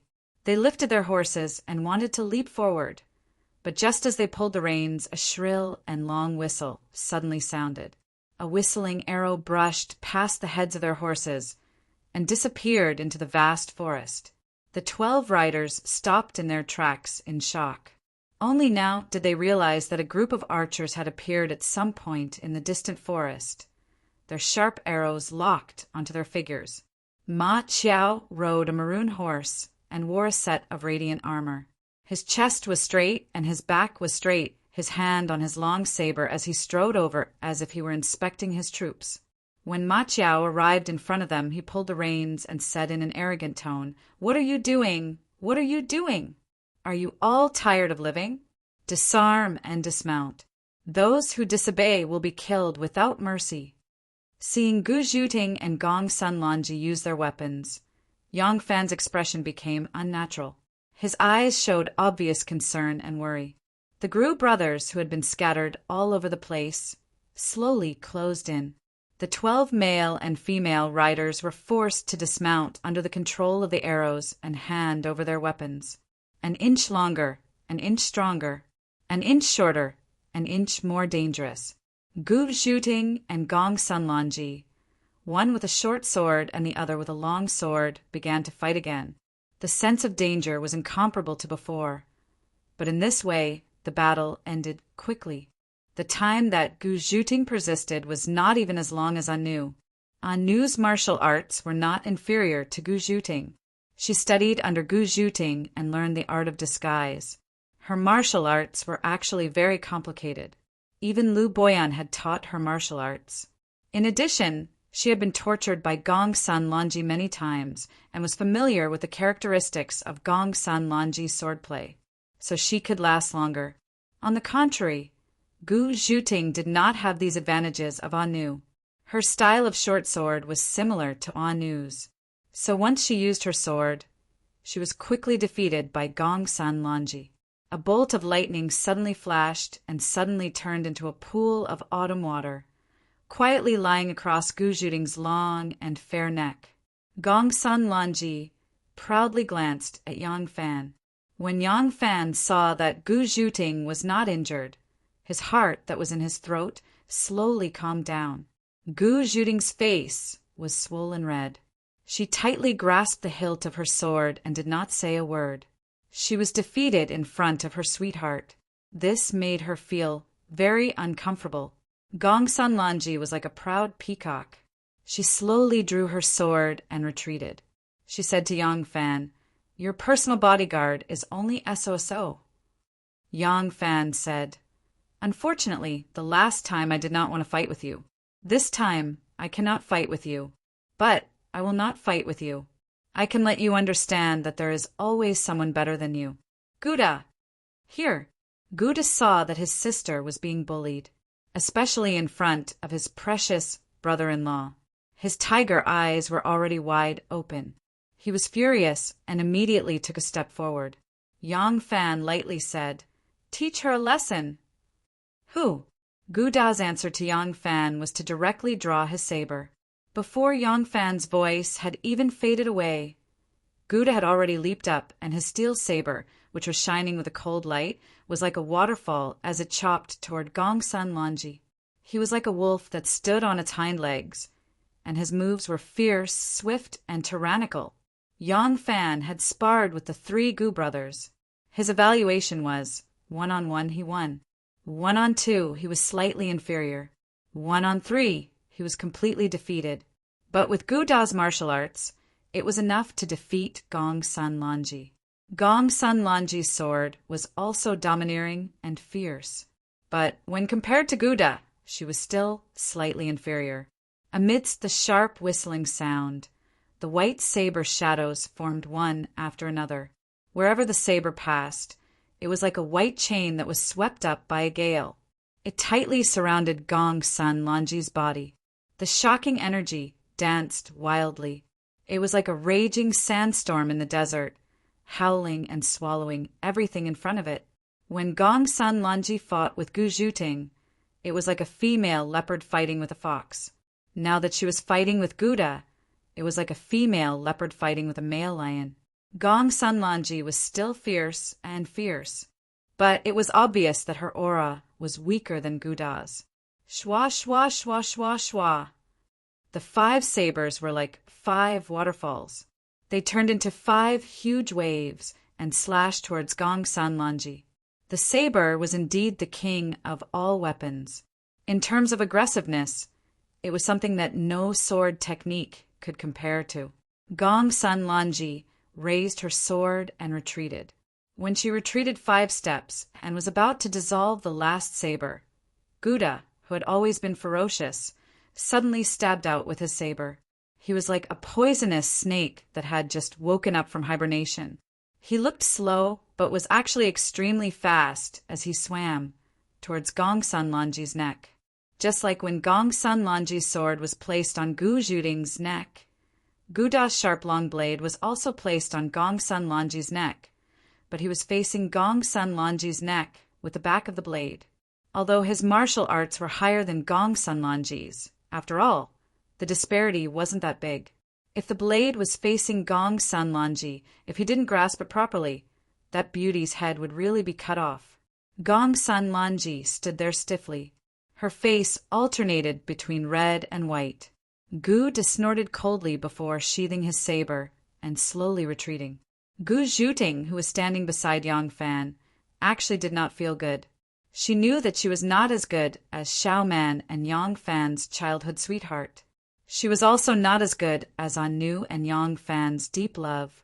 Not only was she of lowly birth, she was also older than the two girls. Therefore, she always felt inferior in front of Yang Fan. The only thing that comforted her was that she could still do something for her Lang Jun. In the end, she was defeated again in front of him. Although her big brother had helped her regain her face, it was not her own ability. Yang Fan seemed to know what she was thinking. Since the beginning of the battle, he did not pay much attention to the two people fighting in front of him. Instead, he was paying attention to Gu Zhuting's expression. At this time, he gently held her hand and patted the back of her palm. He softly said, "Don't mind it.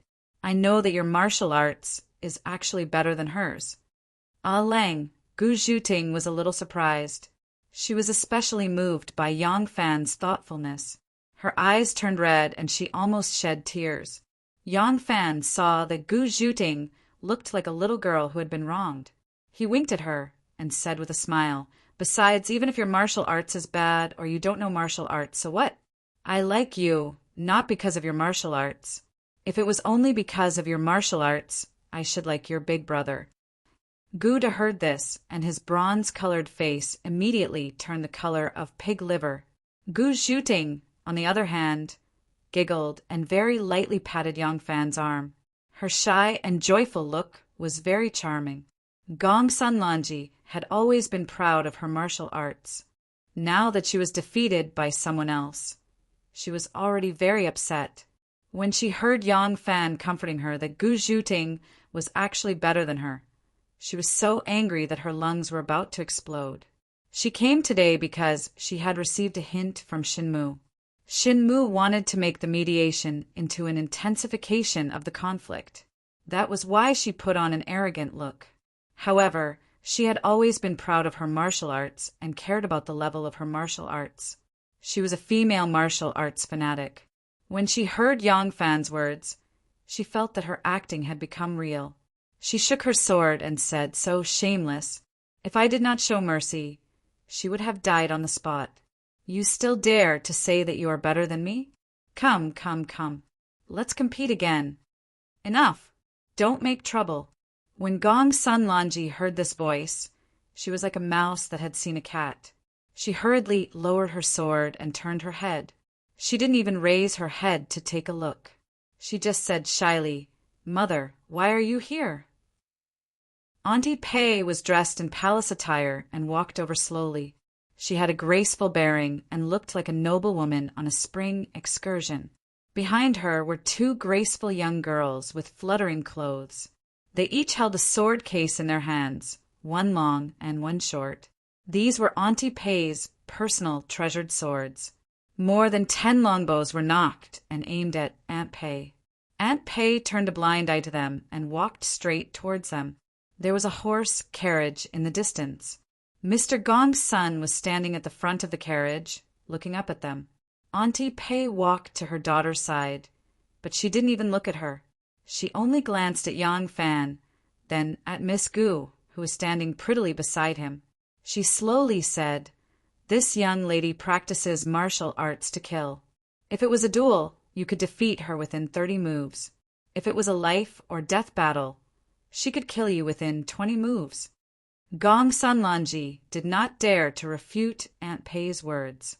She only lowered her head and softly replied, "Yes." Aunt Pei continued, "This is a face-to-face duel. If you let her display her strength and use assassination methods to deal with you, you would not even need 5 moves." Gong Sanlanji was embarrassed by her mother's words. She quietly complained, "Anyang." Yang Fan smiled and said, "Aunt Pei has good eyesight." Auntie Pei smiled faintly. "Your eyesight isn't bad either. You were able to tell at a glance that Lan Ji isn't this young lady's match.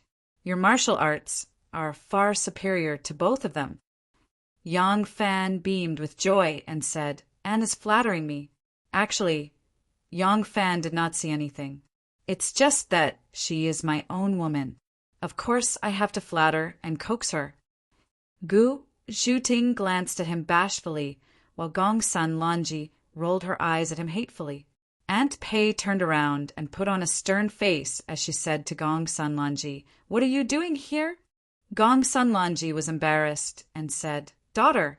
Daughter was looking at her expression. It seems that she just remembered that she is not here to fight, but to be a mediator. Aunt Pei snorted coldly and glanced at the disarmed riders with their hands hanging by their sides. She said to Gong Sun Lanji, "Go back." Gong Sun Lanji said anxiously, "Anyang."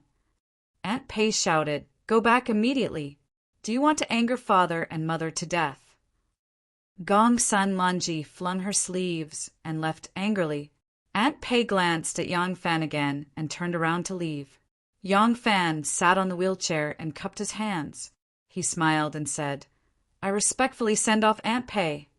Aunt Pei walked to the front of the riders who were restrained by the arrows and said coldly, "Go back and tell your masters that the Gong Sun family belongs to Guanlong and has always been ostracized and suppressed by them.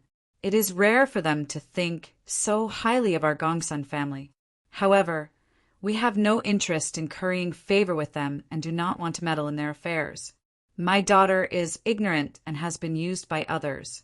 I want to bring her back and strictly control her." With that, Aunt Pei flicked her sleeves and left. Yang Fan had Gu Zhuting push him to the front of the riders. The Gu brothers, Ren Wei, and the others followed closely behind. Seeing this, Ma Qiao waved his hand. The archers then slowly retreated into the forest and soon disappeared without a trace. Yang Fan said coldly, "If anything happens, then it will be my responsibility." This kind of thinking is truly laughable. I don't understand why the clan lords would think this way. Do they even consider me as one of their own? If this Yang is just a dispensable character, why would they let me be the sect master? Yang Fan swept a glance at the riders who were slowly lowering their heads and said in a stern voice, "Let me ask you, would young Master Jiang let this matter go if he was in my shoes? Would the clan lords make such an unreasonable request to him? Why is it that when it comes to me, there are people who have the cheek to ask me to consider the bigger picture and keep the peace? Please go back and tell them that I almost died in Chang'an. I must demand justice." Chapter 987. The 12 horsemen had come in awe-inspiring, but they had left in disgrace. The wind in the distance stirred up blue waves on the lake and also lifted the hair on Gu Zhuting's temples. "Ah Lang, once they leave, we'll really have a falling out with them." "Haha, we'll have to fall out with them sooner or later. But if they use all their power to stop us in time, until now they still think that the whole thing is the result of the competition between the Li family's power and the Wu family's power in the imperial court. They think that as long as they can force me to make peace, the Wu family, who are eager to keep a low profile, will be able to get out of the predicament. As a result, they can preserve their years of painstaking work in Chang. But they don't know that my real target is actually them." A shout of surprise came from the water in the distance. A fisherman raised his fishing rod and pulled a big, lively fish out of the water. The fish struggled on the surface of the water, and the sunlight reflected on its scales, making it sparkle. It was a bailiff disguised as a fishing urn. He did not expect to have an unexpected catch, and this made him smile. Perhaps after his shift, he would bring the fish to a restaurant to cook a fish soup and have a good meal with his brothers on duty on the lake. Perhaps he would bring the fish home and have a taste of this fat fish with his family. If he was unlucky, an impatient child might get stuck in his throat by the fish bone and lose his life. There were countless things in the world that seemed to have nothing to do with each other, and even the tiniest of things, but they could affect many people and many things, resulting in all kinds of changes. Before any of these changes happened, they would happen because of one reason or another, and no one could predict what would happen next. For example, the bailiff might give the big fish to a arrestor as a good start. The relationship between the two parties would gradually become closer, and this would affect the arrestor's future. But what if the impatient child of the arrestor's family accidentally got stuck in the fishbone? Yang Fan's plan for Ba seemed to have nothing to do with the aristocratic families.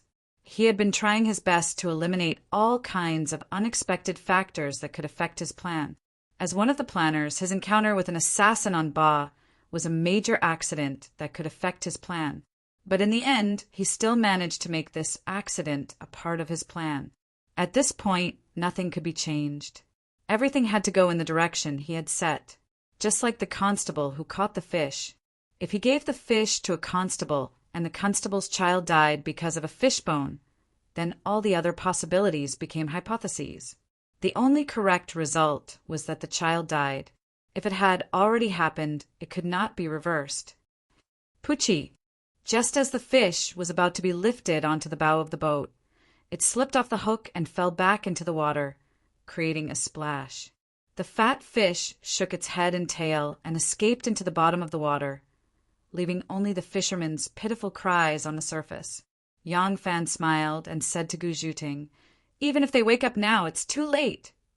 Yen Suguan held the knife in one hand and covered his lower abdomen with the other. Blood stained his lower abdomen. With the help of Luo Jiahao, he staggered into an alley.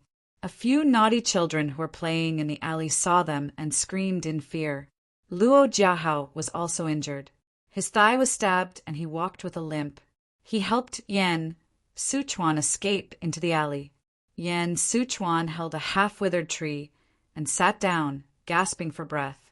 He said resentfully, "I told you that we should separate." They didn't listen. They just didn't listen. Now we're finished.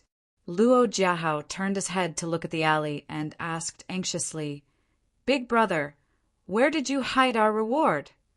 Yen Suguan glanced at him and said, "They're dead. You take me out of here, and we'll split it evenly."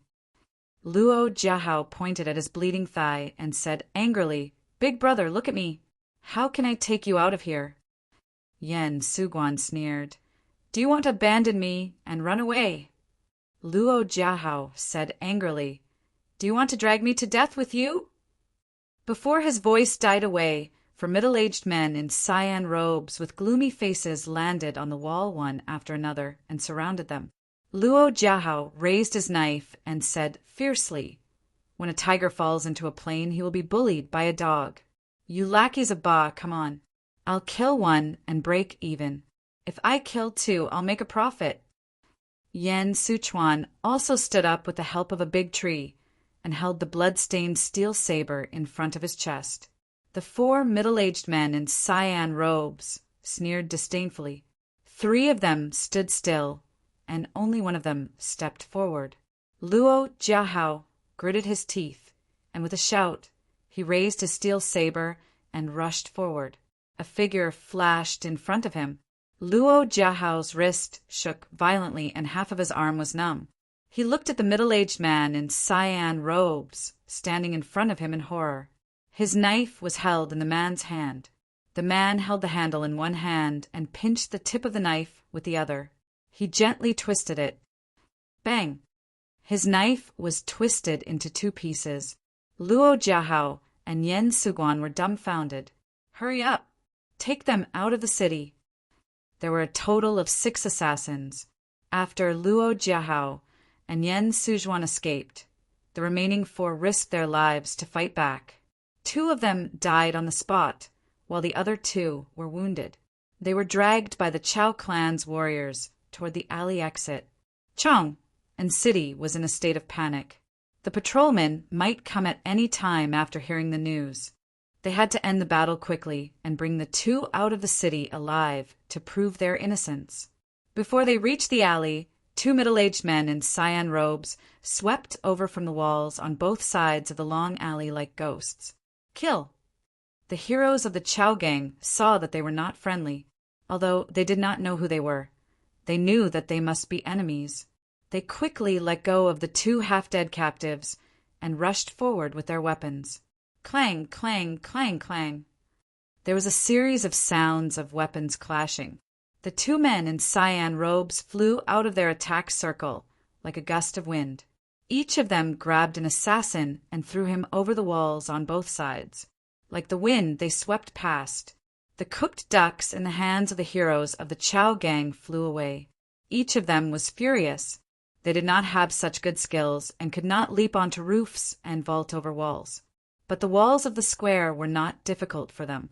But when they climbed up the wall with great effort, They sucked in a breath of cold air and froze in place. Outside the walls on both sides, there were already people receiving them. From a distance, they could see someone carrying the two assassins and quickly disappearing into the forest. In front of them, several men in cyan robes were holding small crossbows. The black and translucent arrowheads were pointed at them. The men in cyan robes holding the crossbows had a sinister smile on their faces. They held the crossbows and slowly retreated toward the heroes of the Chow gang on the wall. The men of the Chow gang were crouching on the wall in a strange posture, not daring to move. On Ba, in the hall of the Shun Gate, on Ba, the leaders and stewards of the Eastern and Western alliances, all the clans and sects were gathered together. In front of the hall, in front of the enormous 36 landscape screens, there were 1 main, 4 side, and 5 side tables. Behind the main table sat the Chang and prefectural magistrate Lu Xiantian. Behind the side tables were the Assistant Minister of Justice, Qiu Lingji, Minister of Justice, Zhang Zhongbua, Deputy Imperial Censor Hu Yuanli, and Minister of Justice Qindong. Lu Xiantian held the imperial edict in yellow satin. His voice was loud and clear, reverberating throughout the hall. Collecting resources from the Chow gang, it is the great plan of the country. Through the Chow gang, the capital depends on it. If the Chow gang is blocked, the Chow gang administration will collapse. Money and rice will inevitably be consumed, and the expense will be incalculable. In the Chow gang, when water overflows, it will leak. When the shore collapses, it will be blocked. When the water is silted and when the water is shallow, it will be guided. These are the rules, and there are few changes. However, although there are established laws to govern the country, the laws will be broken after a long time, and when they're broken, they will start anew, and then new rules will be created. Because of the rules, the laws will be supplemented by the laws. Therefore, by looking at the laws, one can know the rules, and by looking at the rules, one can know the changes. Today, a new law has been established. 1 civil and military official will be in charge of the Chow gang. The civil official will be the Assistant Minister of Revenue, Qiu Lingji, and the military official will be the Loyal Marshal General, Yang Fan. On the Chow gang, the officials are undisciplined, and there should be restrictions. However, the officials set up their own gangs, fought over profits, and in the end caused the established laws to be broken. I sympathize with their hardships and evil lawlessness. So I banned the gangs, unified them, and reported them to the government. This is a new rule. Lu Xiantian talked nonstop. Many of the people below were illiterate, and only half understood what he was saying. Only many of the officials at the Chow gang were literate, and were quite literate, so they understood immediately.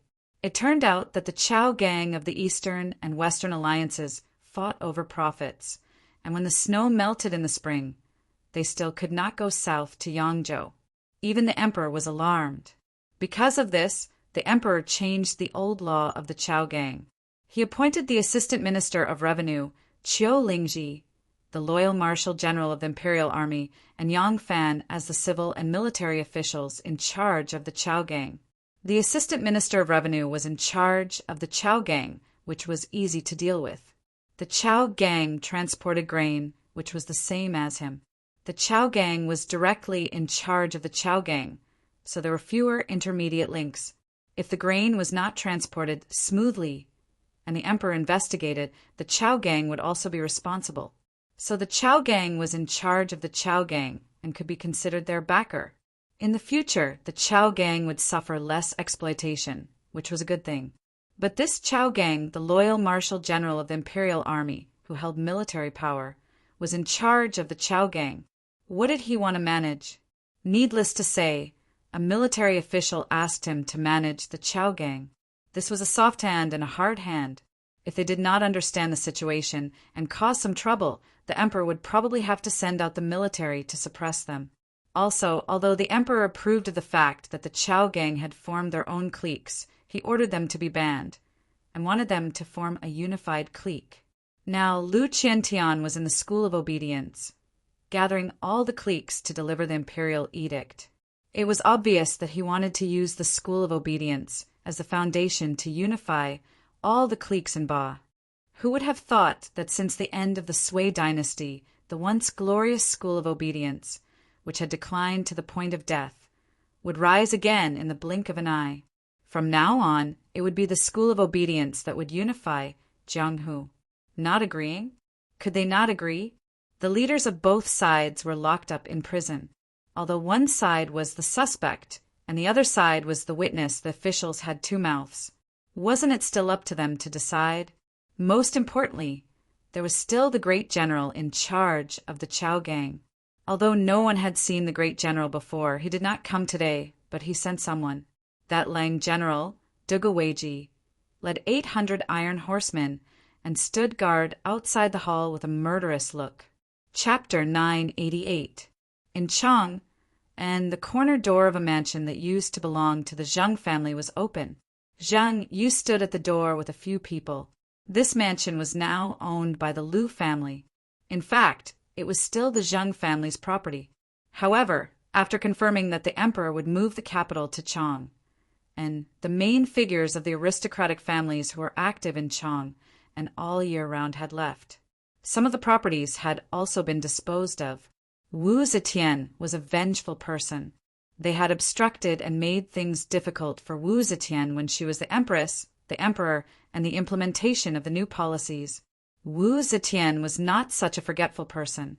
Wu Zetian, who had always valued centralization of power, would not allow these aristocratic families to share her power. Therefore, they were thorns in the empress's eyes, both publicly and privately. Now that the empress was moving the capital to Chang, and it would not be easy to live under the empress's watch. Therefore, they had long avoided her. A light carriage drove straight in and stopped beside a gorgeous flowering shrub. The butterflies and bees were not frightened and were still lingering in the flowers, just like Zhang Yu's mood at the moment. The door opened and Shenmu, dressed in a light robe, slowly walked out. Zhang Yu forced a smile and greeted him. "Brother Shen." "Brother Zhang." Shenmu gave him a perfunctory cupped fist salute. Zhang Yu was unhappy in his heart, but it was not good for him to show it. He forced himself to maintain the smile on his face and said, "Brother Shin has worked hard. I have prepared everything and was just waiting for Brother Shin to come and take over. I have an emergency at home and need to rush back to deal with it. I can only leave Chang and to Brother Shin." "No problem. No problem," Shinmu said lazily and rudely. "This mess will not be easy to clean up." Yang Fan's character was like a needle in silk. Using force would only produce the opposite of the desired result. This time, Yang Fan was attacked for no reason. The elders should have comforted him and helped him find the murderer and give him justice. In the end, the aristocratic families only cared about their own interests and asked him to put the overall situation first. This inevitably made him disappointed. The matter has been messed up.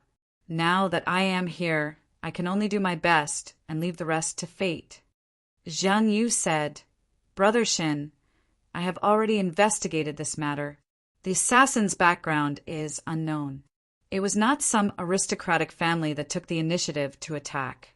Shenmu interrupted him and said, "You should explain this matter to Yang Fan. I don't care. However, I'm afraid it's useless to tell him about this. Can't you see it? The Empress is intentionally making use of this as a pretext to eliminate all the unstable and unreliable factors in the past in preparation for her relocation of the capital."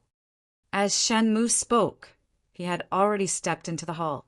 Zhang Yu followed closely behind and said nervously, "I naturally understand, but is the situation really that serious?" Shenmu slowly sat down behind the table and said, "From the moment the emperor decided to move the capital, these things were already destined. Otherwise, why would the elders leave Chang and—" Actually, they had already expected this. However, the emperor's original method should have been very gentle. He did not necessarily have to use dismissal or slaughter to achieve his goal. It's a pity that the imperial envoy was assassinated. The emperor's methods will certainly be a storm of thunder. This was originally the worst-case scenario that the aristocratic families were worried about, but now it seemed inevitable. Zhang Yu secretly sighed and slowly took out a name list from his sleeve. If the situation was not so serious, he would not have taken out this name list no matter what. Zhang Yu gently stroked the name list and cautiously pushed it in front of Shinmu. He said, "Then what Brother Shin needs to do is to do your best to ensure the safety of our people. The people on this name list must be protected. It's best if they can still stay in the pass. If not, it's okay to move them. If not, it's okay to demote them. Just don't lose your position or even." Shinmu lowered his eyes, and a hidden glint flashed in his eyes.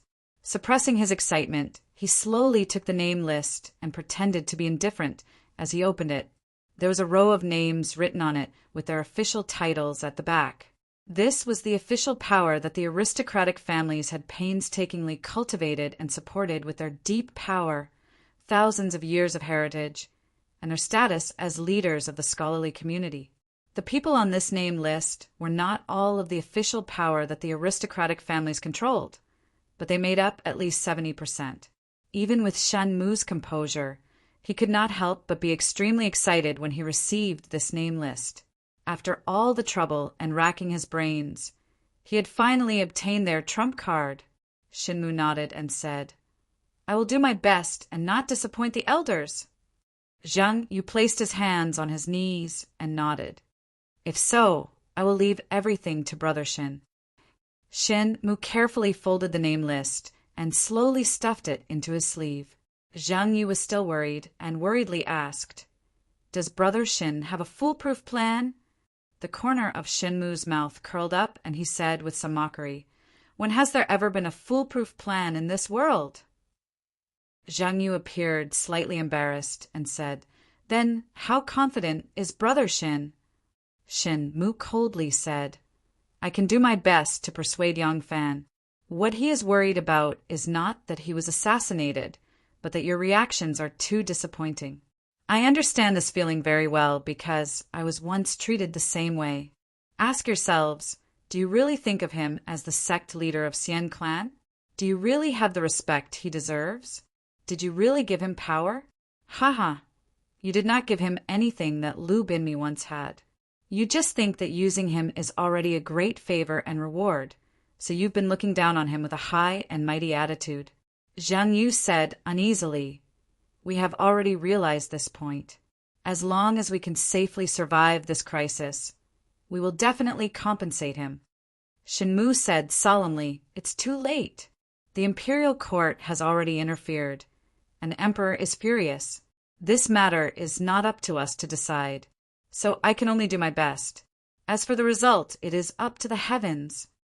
Dugu Yu got off the carriage when he reached Longqing Lake and slowly walked to the island in the middle of the lake.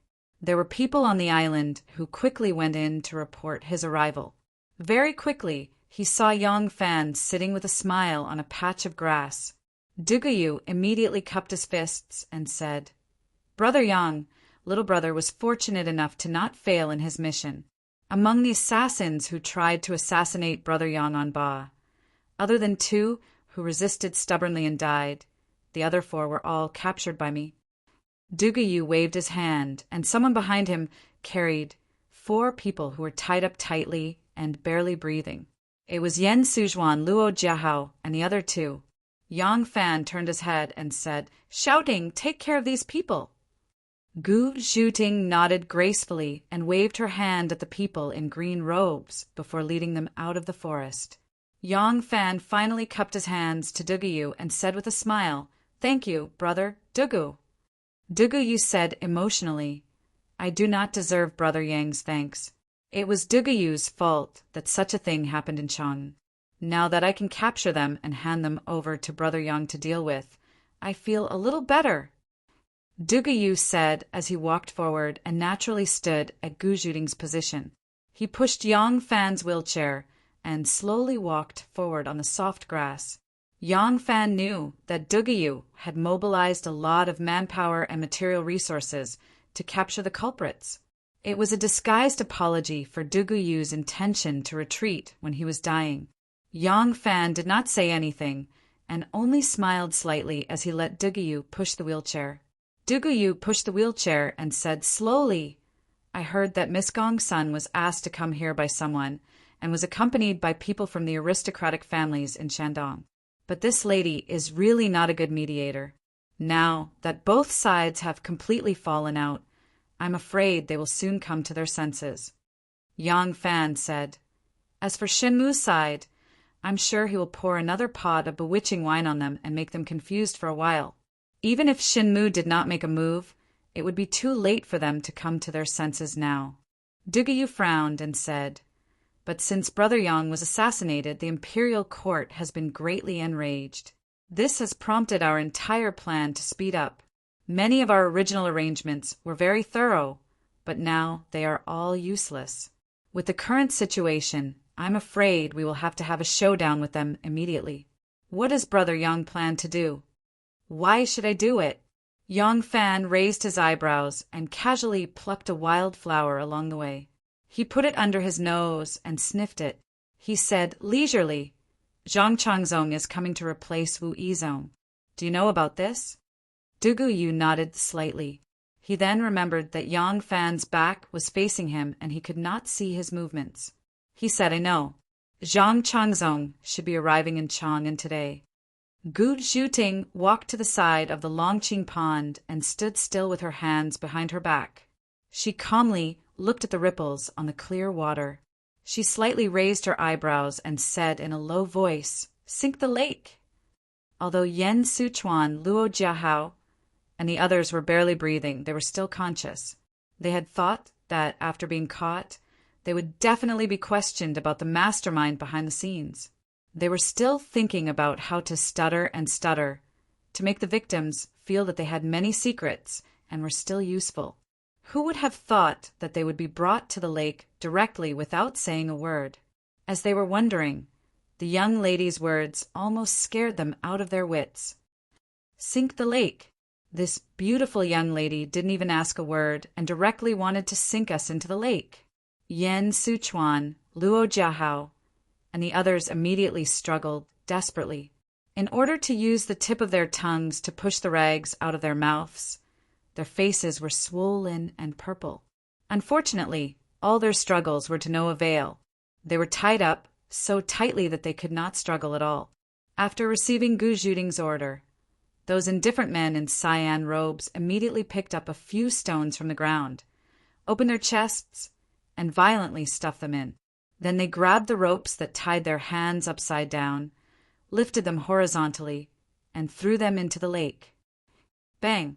Luo Jiahao smashed into the water like a crooked shrimp, splashing waves on the surface of the lake. He opened his eyes wide in horror and sank to the bottom of the lake in despair. Bang! Bang! Yen Sichuan and the other two were not afraid for long. Then they were thrown into the lake. The green lake quickly drowned their frightened eyes.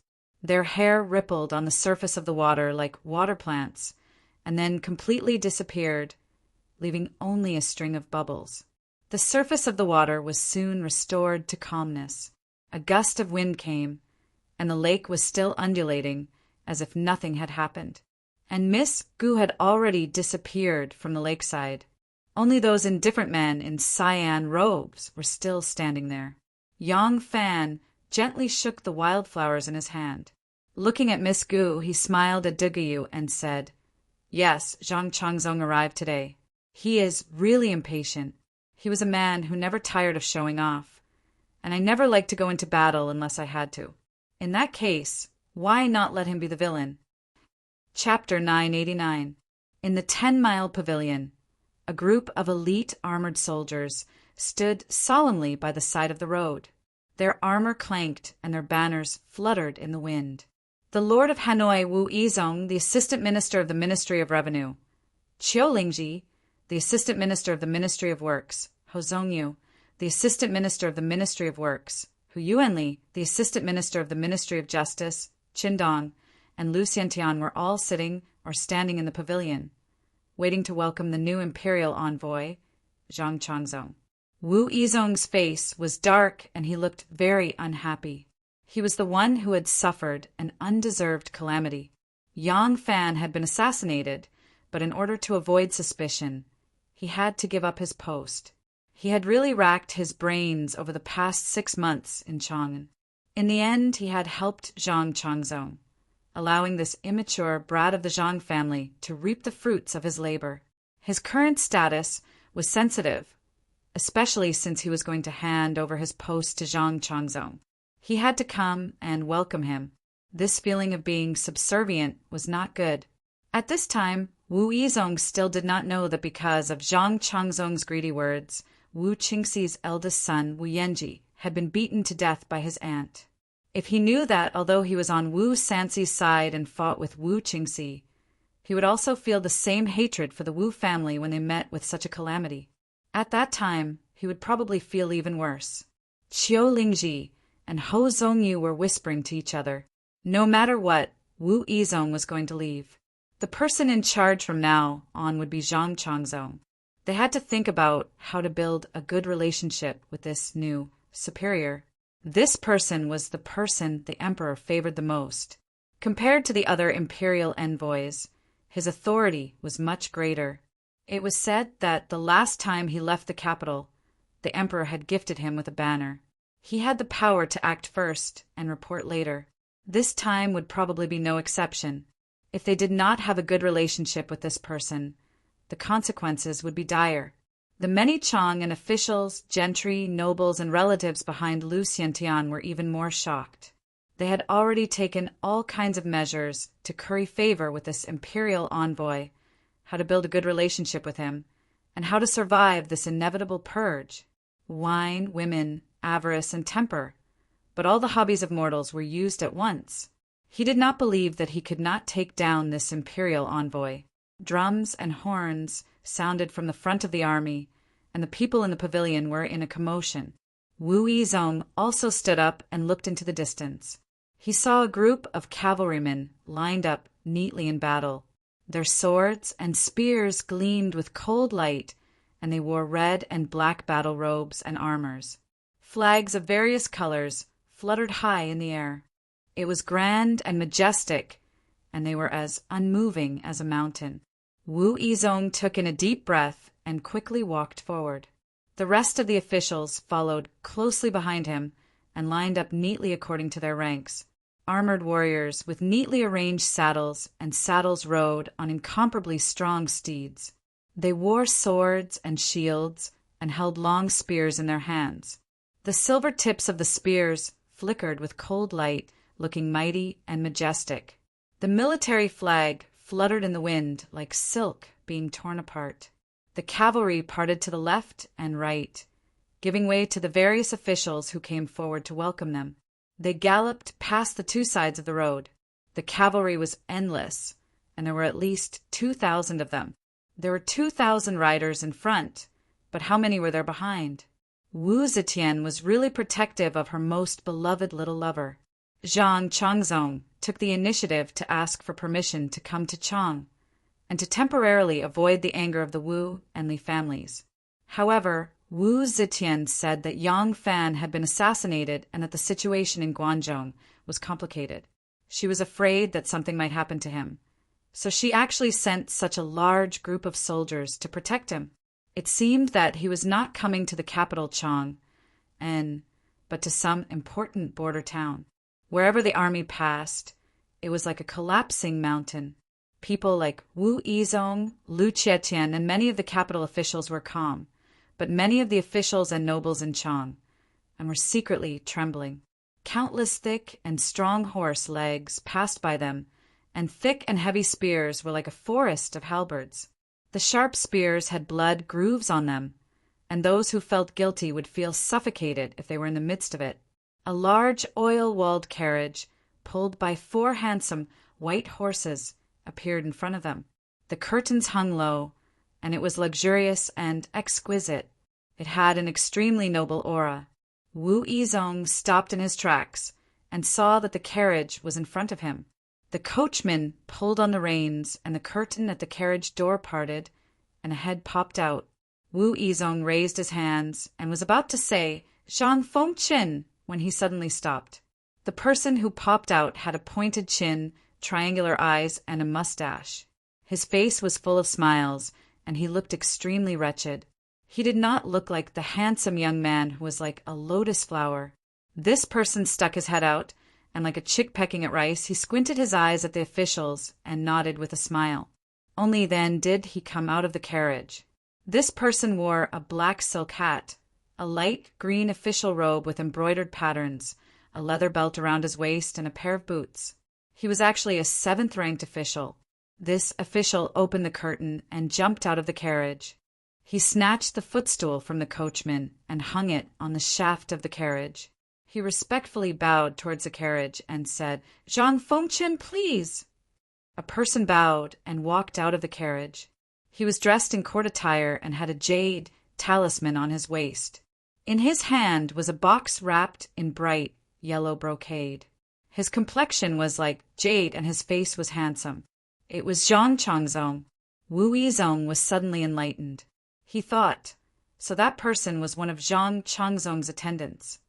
He did not bother to look at this seventh-ranked minor official. He cupped his hands towards Zhang Changzong and said, "Zhang Fengchen, it must have been hard on you all this way." Most of the officials did not recognize this minor official and did not bother to look at him. All the officials present were higher ranked than him. But the county magistrate Chan Linfeng, who was standing at the end of the line, was shocked when he saw this person. Wen Ao, the imperial censor Wen Ao had been staying in the county yamen of 10,000 years for more than half a month. He had been using a chicken feather as a token of authority all day long. He had been causing a lot of trouble here and there. The young master of the Heavenly Eagle Gang, Wen Bin, was personally captured by this civil magistrate, together with the county magistrate of 10,000 years and a group of constables. Didn't Wen Ao return to the imperial censor? Why? Why did he come down from Zhang Fengchen's carriage? County Magistrate Chen looked at Hu Yuanli and Shiyu, who were standing in front of him. These two imperial envoys from the imperial censor looked calm. A chill suddenly rose in County Magistrate Chen's heart. Thousands of sails raced and hundreds of ships swam. Under the command of a steward from the Shun Gate who had just finished reorganizing, the ships sailed south. Starting from the morning when the first ship sailed into the distance until the sun was high up in the sky, one ship after another paddled away from the pier. The last ship had yet to leave the harbor. On the pier, many elderly people, women, and children were seeing off their loved ones. After this farewell, they would only be able to reunite with their loved ones after 9 months. After 9 months, some of them might not be able to return. They might have passed away due to illness in a foreign land, or they might have met with a dangerous river and lost their lives. Year after year, day after day, this was the life of the people on the Ba. However, this year, all the canal gangs on Ba had been integrated together. At least there were no more internal conflicts. The canal men's sailing was much smoother than in previous years. When the boats returned in late autumn, they could also bring back more generous salaries for their families. This made every canal man and his family members feel a bit more joy in the sadness of parting. Ah, your pure white skin is like a fish belly in the east at dawn. Your towering breasts are like 2 big, ripe pomegranates. Your smooth legs are like a stream. The treasure in between is like a plentiful money bag. When you want to stand up with those perfectly round legs of yours, you have to prepare for a very long time. Other than Abdullah, who else could write such a wonderful poem that could shock the heavens and the earth and make the gods weep? This guy had always been on the Ba. Now everyone on the Ba was familiar with him. They all knew that there was Abdullah on the Ba. At first, Abdullah took pleasure in praising the pheasants on the Ba. Later on, his emotions sublimated, and he began to take pride in flirting with widows. The woman he was praising was a widow who owned a snack shop on Ba. Her skin was indeed as white as cream, and there was not a single wrinkle on her taut skin. She was very voluptuous, so voluptuous that she could fit 2 Abdellahs or 3.5 Abbas in there. The woman, who was cooking a pot of pig trotters, was annoyed by Abdullah. She didn't prepare for long before she stood up from the stove, grabbed a stick, and chased after Abdullah. "Don't chase me away. I never return empty-handed when I climb up the tree to pick fruit. I have also visited a pregnant woman in the middle of the night. I have also been in the orchard and made a young mother abandon her suckling child. Her upper body was leaning against the tree, and her lower body was in my arms. I have also climbed up. Abdullah ran as if he was flying, and continued to speak eloquently. The loyal and devoted Abbas ran barefooted beside his master. As he ran, he cheered, "My master is as passionate as fire. My master is promiscuous by nature. My master is talented and knowledgeable. My master—" Ouch! The woman swung the stick in her hand and hit the back of Abbas' head. Luckily, the stick was not thick. Abbas let out a strange cry and ran in front of his master. I have also. Abdullah recited poetry as he ran. After running for a few streets, he suddenly saw Gu Zhuting. Gu Zhuting and the former leader of the Five Elements Association, Qin Ziyuan, who is now one of the 36 stewards of the Shun Gate, had just sent off the first batch of boats. They were returning to the Shun Gate from the pier. When Abdullah saw Gu Zhuting, he immediately ran in front of her. Before Gu Zhuting could react, he held her fingertips. "Ah, you are as beautiful and fresh as the newborn Luo Buing. Abdullah, I see you again." Abdullah praised as he bent one knee and was about to kiss her hand. Gu Zhuting said coldly, "If you dare to kiss me, I guarantee that your mouth will never be able to recite poetry again. You won't even be able to eat." It was as if there was a spring attached to Abdullah's back, and he straightened up with a whoosh. Gu Zhuting said again, "If you don't let go, I guarantee that your hand will never be able to hold anything again." Abdullah felt as if he had been stung by a scorpion, and he let go with a whoosh. The men of the Chow gang behind Gu Zhuting laughed. In fact, they did not hate Abdullah, and they even thought that it was quite interesting to have such a clown on Ba's head. However, this ignorant person had taken liberties with their helmsman, so as a subordinate they had to act accordingly. Rong Shu, who was originally a member of the Five Elements Association and had now become a disciple of the Shun Gate, swaggered in front of him. With his hands on his waist, he circulated the qi in his dantian and shouted, "What are you waiting for? Get lost." Abdullah and his little follower, Abbas, fled in disarray. Old Master Qin shook his head, not knowing whether to laugh or cry. He said, "These barbarians of the western regions, their customs and habits are a mess." Gu Zhuting's pretty face was stiff, and she snorted coldly. "How can a merchant be so stupid? He is clearly taking advantage of others on purpose. If he does this again, I will break his legs." As she said this, she withdrew her hand to the bottom of her sleeve. With a flick of her slender finger, a ball of paper was put into her sleeve. Chapter 990. Ever since Yang Fan was taken to the Longqing Pool by Lu Qiantian to recuperate, the usually deserted island became lively. Almost every day, there would be people visiting the island. The Longqing Pool was a lake in the city, and there was an island on the lake. On the island, there was a stretch of water, lush flowers and trees, and the environment was quiet. It was indeed a blessed place for cultivating one's mind. At this moment, Yang Fan was sitting by the side of the pool, holding a purple bamboo fishing rod in his hand. He was leisurely fishing. The surface of the water was sparkling, and the fishing bobber was bobbing up and down. There was a kind of lazy atmosphere, and the warm spring breeze was intoxicating. When Zhang Yu saw Yang Fan was sitting on an intricately made wheelchair. The fishing rod was inserted in the gap of the armrest, and the wheelchair stopped under a weeping willow. Yang Fan was lying on the wheelchair, sleeping leisurely. The curling branches turned into thousands of soft yellow and green flowers, gently fluttering on his shoulders, looking quite otherworldly. The green willow hung down, and under the willow was a quaint stone platform. There were 3 cups of tea on the stone platform, giving off a curling fragrance. Yang Fan, Shenmu, and Zheng Yu sat in a triangular formation around the stone platform in the wheelchair, like 3 legs of a tripod. Shen Mu picked up a cup of golden and glossy tea, brought it under his nose and smelled it. He smiled and said, Erlang likes to drink tea now. It's still this original tea that makes people reminisce. Yang Fan said with a smile, this drinking method, this little brother learned it from Brother Shin. Originally, this Yang had always kept a respectful distance from tea. Only after learning Brother Shin's tea tasting method did I realize the taste of this tea. Shinmu laughed and said to Zheng Yu, Brother Zheng, please have a taste. The tea that you usually drink has too many condiments, and it has covered up the original taste of the tea. In my opinion, tea should be tasted this way. The mouth will salivate, and the aftertaste will be sweet.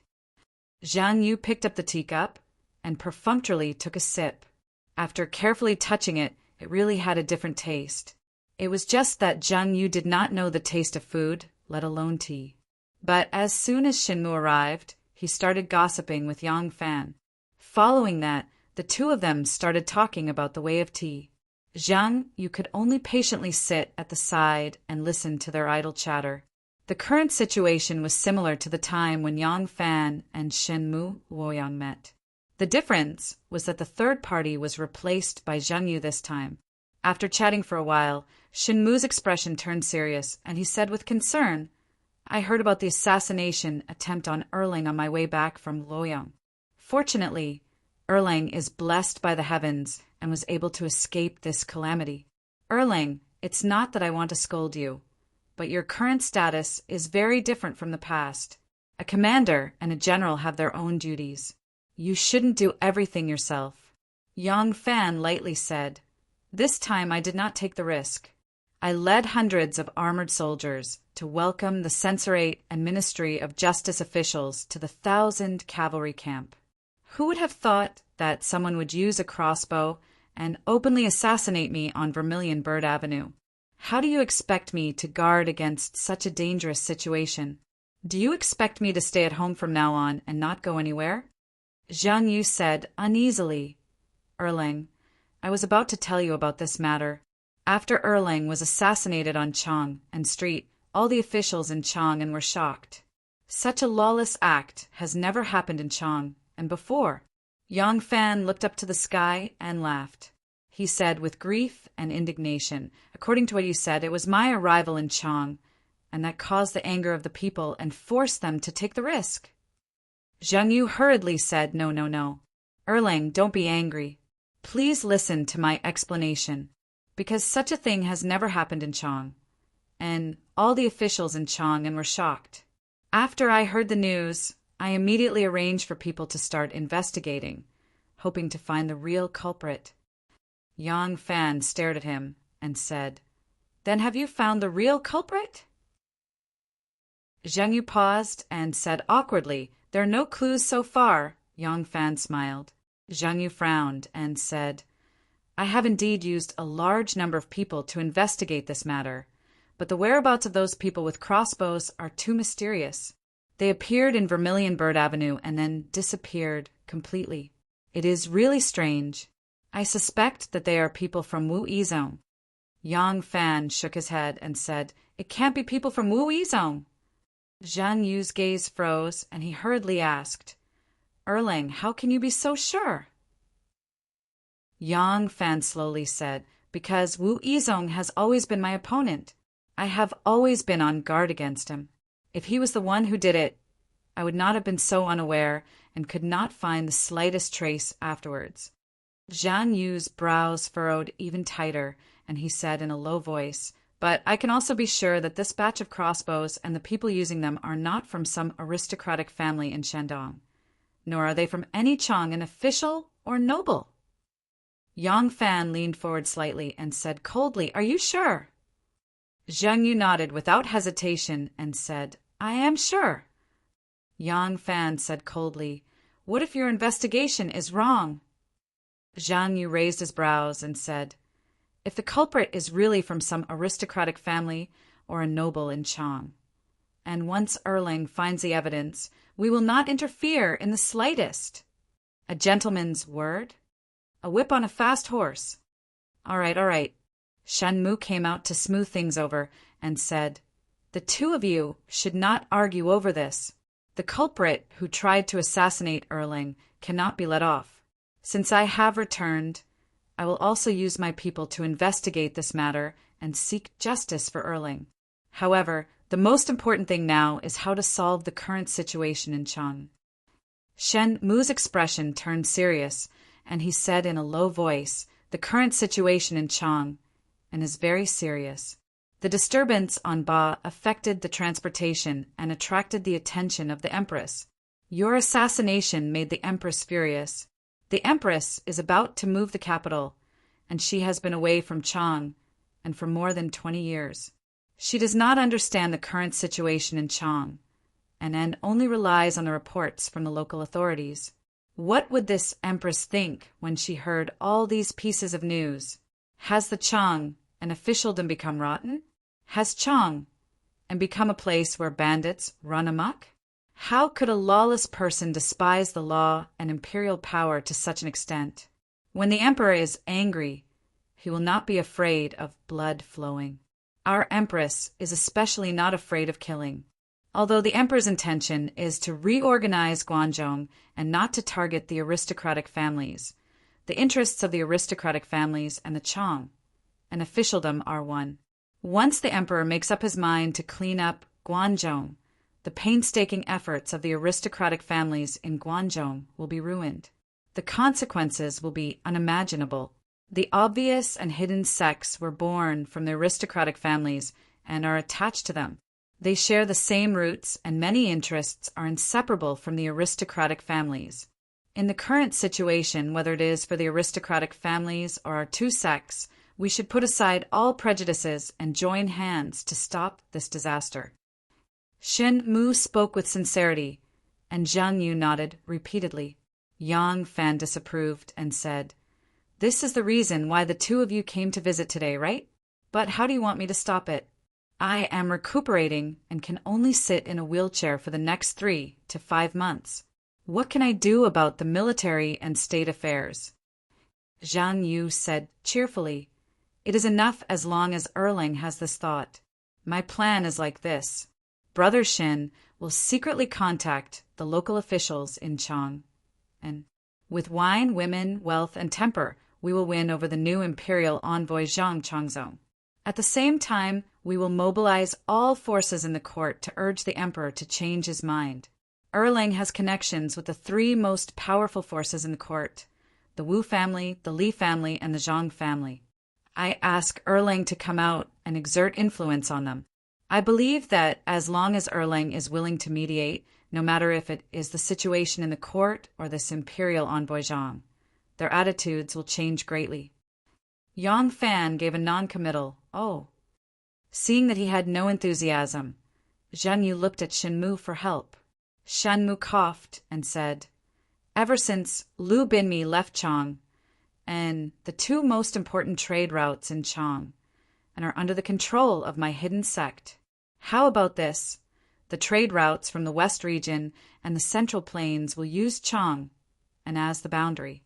The trade routes from the West region will stop at Chang and belong to my hidden sect. Further east, all the benefits will be enjoyed by your obvious sect. The trade routes from the Central Plains will be the same. The trade routes from the Central Plains to Chang and will be enjoyed by your obvious sect. The trade routes from Chang and to the west will be enjoyed by my hidden sect. Chang and city will be shared between our 2 sections. As for the benefits that our 2 sects should share with the aristocratic families, we will each take 50%. What do you think?" Yang Fan clapped and said with a smile, "Brother Shen is truly scheming. Right now, this little brother is the chief minister of the water transport and uses the water transport to drive the trade routes. The eastern trade route is originally in this little brother's pocket. You have to hand it over even if you don't want to. Now that Brother Shin has generously given it to this little brother will owe you a favor." Shin Mu's face reddened, and he muttered to himself before gritting his teeth and saying, "Then how about this? The workshops in Chang and were originally controlled by my hidden sect. out of the various workshops in Chang, and we directly or indirectly control at least 70%. I will take out half and give it to your obvious sect. How about this? Yang Fan glanced at him and said, Brother Shin dislikes the high labor costs in Chang, and is currently building all sorts of workshops in Meiyuan, Fengzhou, Qizhou, and Langzhou. Do you think that this little brother doesn't know about this? Shenmu flew into a rage out of humiliation and said, Erlang, the salt and wine industries are both extremely profitable. Isn't it enough that these two industries are under the control of your obvious sect? Are you going to ask my hidden sect to hand over all the benefits to you? Zhang Yu smiled bitterly and said, Both of you, once the boat capsizes, everyone will be finished together. Now that everyone is in the same boat, we should help each other and not undermine each other. Yang Fan said, Brother Zheng's words aren't right. Everyone naturally has the same benefits to the outside world. But when it comes to the various clans, don't you all have your own plans? Brother Zheng is from the Xingyang Zhen clan. If the Xingyang Zhen clan and the Longxi Li clan have a conflict of interest, which side will you stand on?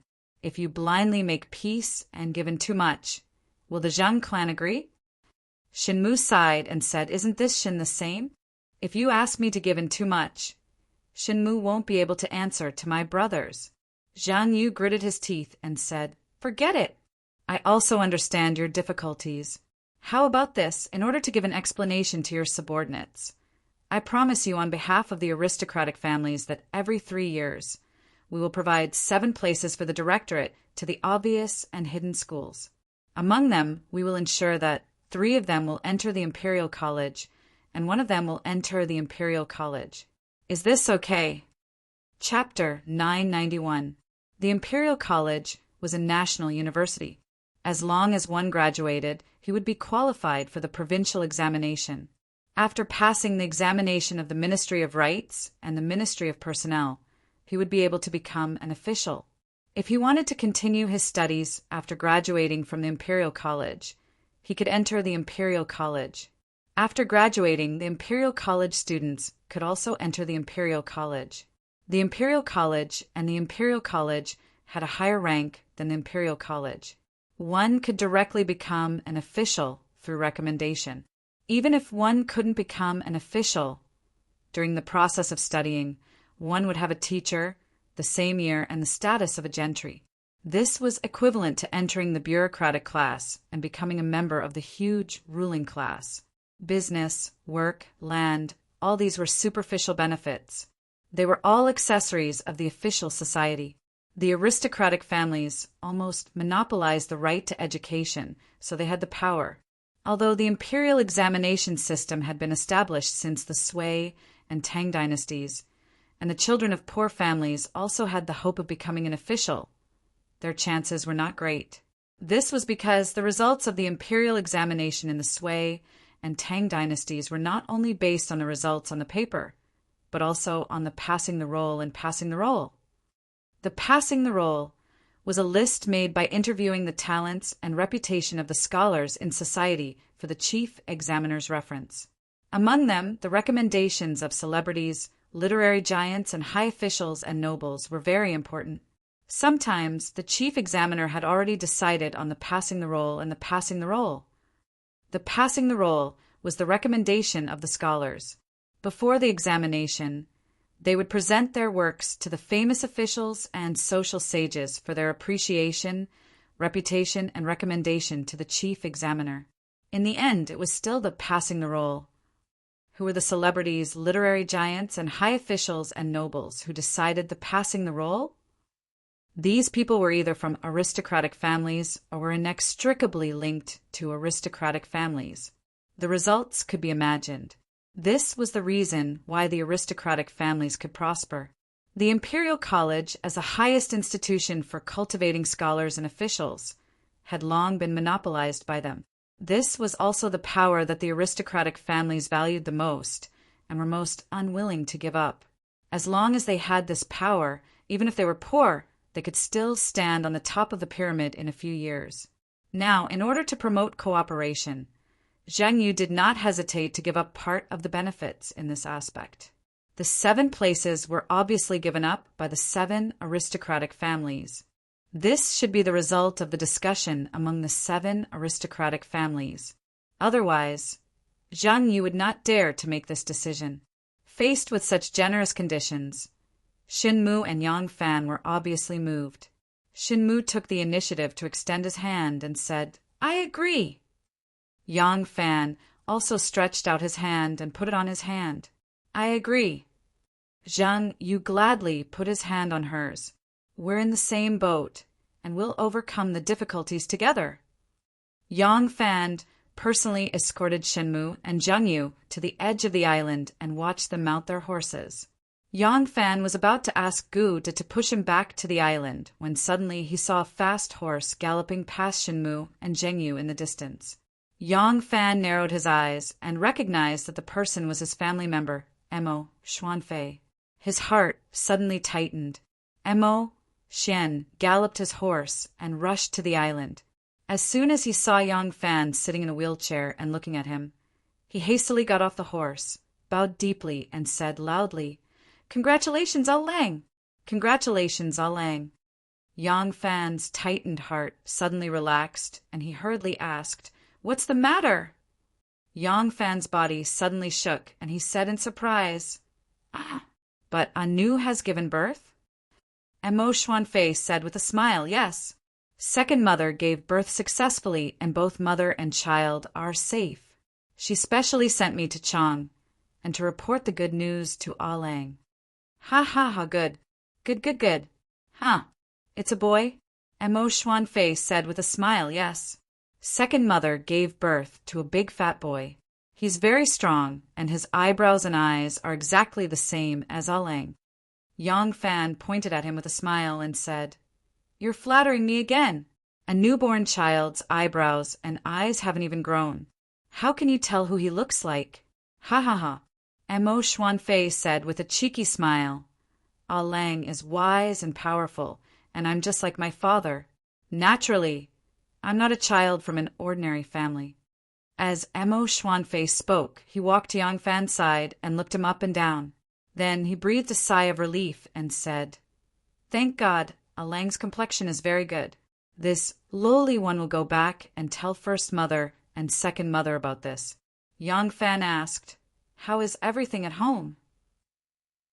Mo Xuanfei said, "Everything is fine. At the beginning of spring, first mother even followed Ah Lang's instructions and hired a very knowledgeable teacher for eldest Miss and eldest Langjun. Now the teacher teaches them every day. Eldest Miss and eldest Langjun are very smart and have been praised by the teacher." Yang Fan asked suspiciously, "Sarang is fine, but will Nianzu be so obedient?" That boy ran away as soon as he heard that he was asked to study and write. The corner of Mo Xuanfei's mouth twitched and said, "Eldest Langjun was indeed not very willing to learn at first. First mother promised that as long as he was willing to study and learn, she would take him to ride a horse. Eldest Langjun was willing to work hard. First mother also found 2 children of the same age to study with him. With companions, eldest Langjun was even more willing to study." Yang Fan laughed and said, "I knew it. This boy is born in the year of the donkey. If we don't coax him with something sweet, how can he be so obedient?" Mo Xuanfei said with a smile, "First mother asked me to tell Ah Lang the good news. She also asked Ah Lang to give second Langjun a name." Yang Fan thought for a while and said, "A name? I'll have to think about it." Just as he said this, a horse galloped from afar. Yang Fan put his hand on his head and looked at it against the sunlight. It was Gu Zhuting. Gu Zhuting got off the horse. Mo Xuanfei saw her and quickly greeted, "Xiao Xuanzi greets Miss Gu." "Xiao Xuanzi, why are you here?" Gu Zhuting was also surprised to see him. However, she had a heavy responsibility, so she did not dare to say anything. She first nodded to Mo Xuanfei, then quickly walked to Yang Fan and took out a paper ball from her sleeve. Yang Fan opened the paper ball and looked at it. He immediately put it in his palm and said to Gu Deo, "Take my name card and invite Hu Qianxian and Qin Xianling here immediately." After giving the order, Yang Fan turned his head and said to Mo Xuan Fei in high spirits, "We have a name for our second Lang Jun. He will be called Yang Ji. Good luck for the opening of the market. Ha ha." Opposite the censorate, under an old locust tree at the entrance of the alley, a middle-aged man dressed in a green robe paced back and forth with his hands behind his back. Looking at his frowning face, he seemed to have a lot on his mind. A manservant stood next to him with his hands down. His eyes kept looking at his master's figure. Sigh. The man in the green robe did not know how many times he paced under the tree and sighed many times. Finally, he stomped his feet heavily and strode toward the gate of the censorate. The manservant hurried to catch up with him. Hu Yuanli received the name card from the Gu brothers and immediately changed into a set of casual clothes. He was ready to go to Longqing Lane to visit Yang Fan. As soon as he walked out of the signing room, a government official rushed to him and said, "Qianxian, there is a man at the door who claims to be the Wanyin County Magistrate. He has something important to discuss with Qianxian." "Oh." Hu Yuanli stopped and asked, "Is he wearing official clothes or casual clothes?" The official said he is wearing casual clothes. He seems to be sneaking around, as if he is afraid of being seen. Hu Yuanli's heart skipped a beat. If the man was wearing official clothes, he could have let Siu receive him. But since he was wearing casual clothes and was sneaking around, his purpose was intriguing. Hu Yuanli thought for a while and said, "Invite him to my signing room immediately." A moment later, the middle-aged man in the green robe was led to the signing room. As soon as he saw Hu Yuanli, the man said, "I am Wanyin County Magistrate, Jin Linfeng. Greetings to Hu Qianxian." Hu Yuanli cupped his hands and said, "County Magistrate Qin need not be so polite. Please sit. May I know why County Magistrate Qin is visiting today?" Chan Linfeng bowed and said, "The Lantai Palace is the Emperor's eyes and ears in charge of discipline. He is upright, respectful, straightforward, and forgiving. He is a gentleman of great elegance. Lowly official has always admired him. But my position is lowly, and I have never dared to take the liberty to ask for an audience. Today I plucked up my courage."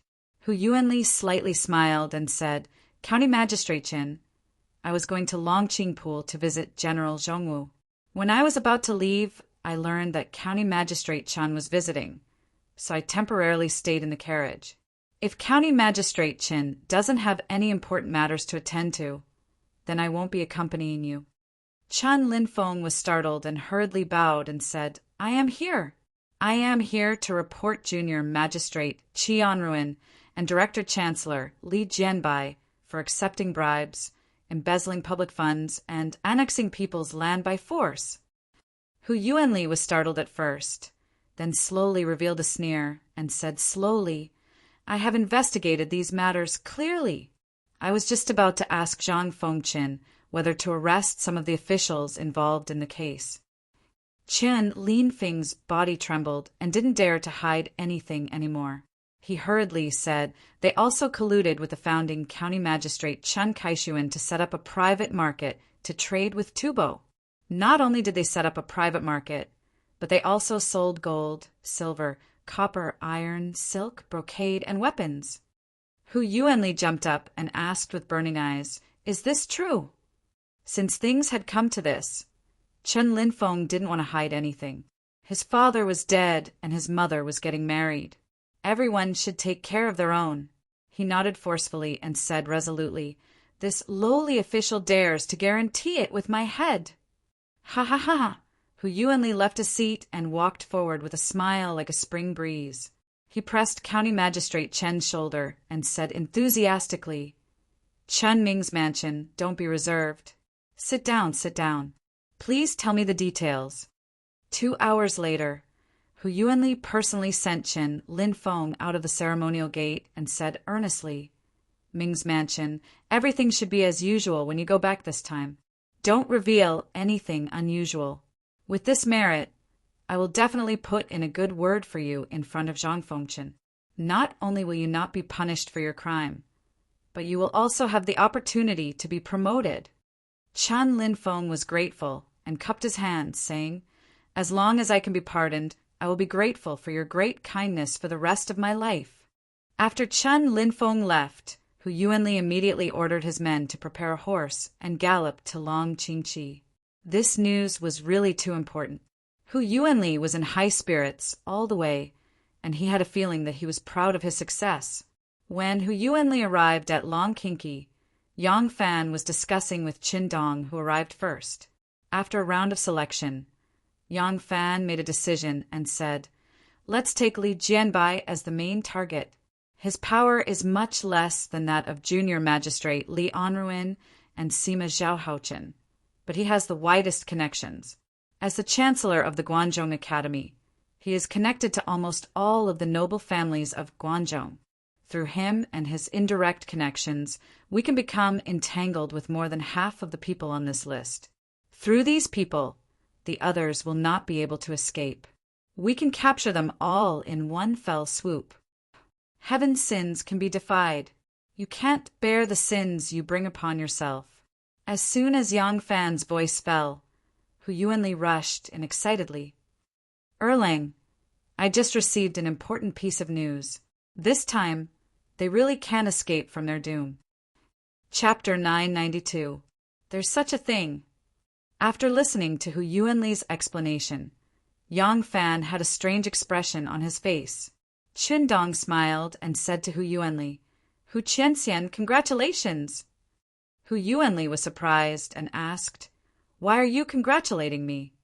Qin Dong said, "What we did to implicate the entire officialdom of Guanzhong might seem to others to be making a mountain out of a molehill. If it wasn't for the emperor's westward migration, there would be people in court who would accuse us of imitating Zhou Xing and Lai Junqian of being ruthless. With this accusation in hand, who would dare to say that you Hu Qianxian are wrong?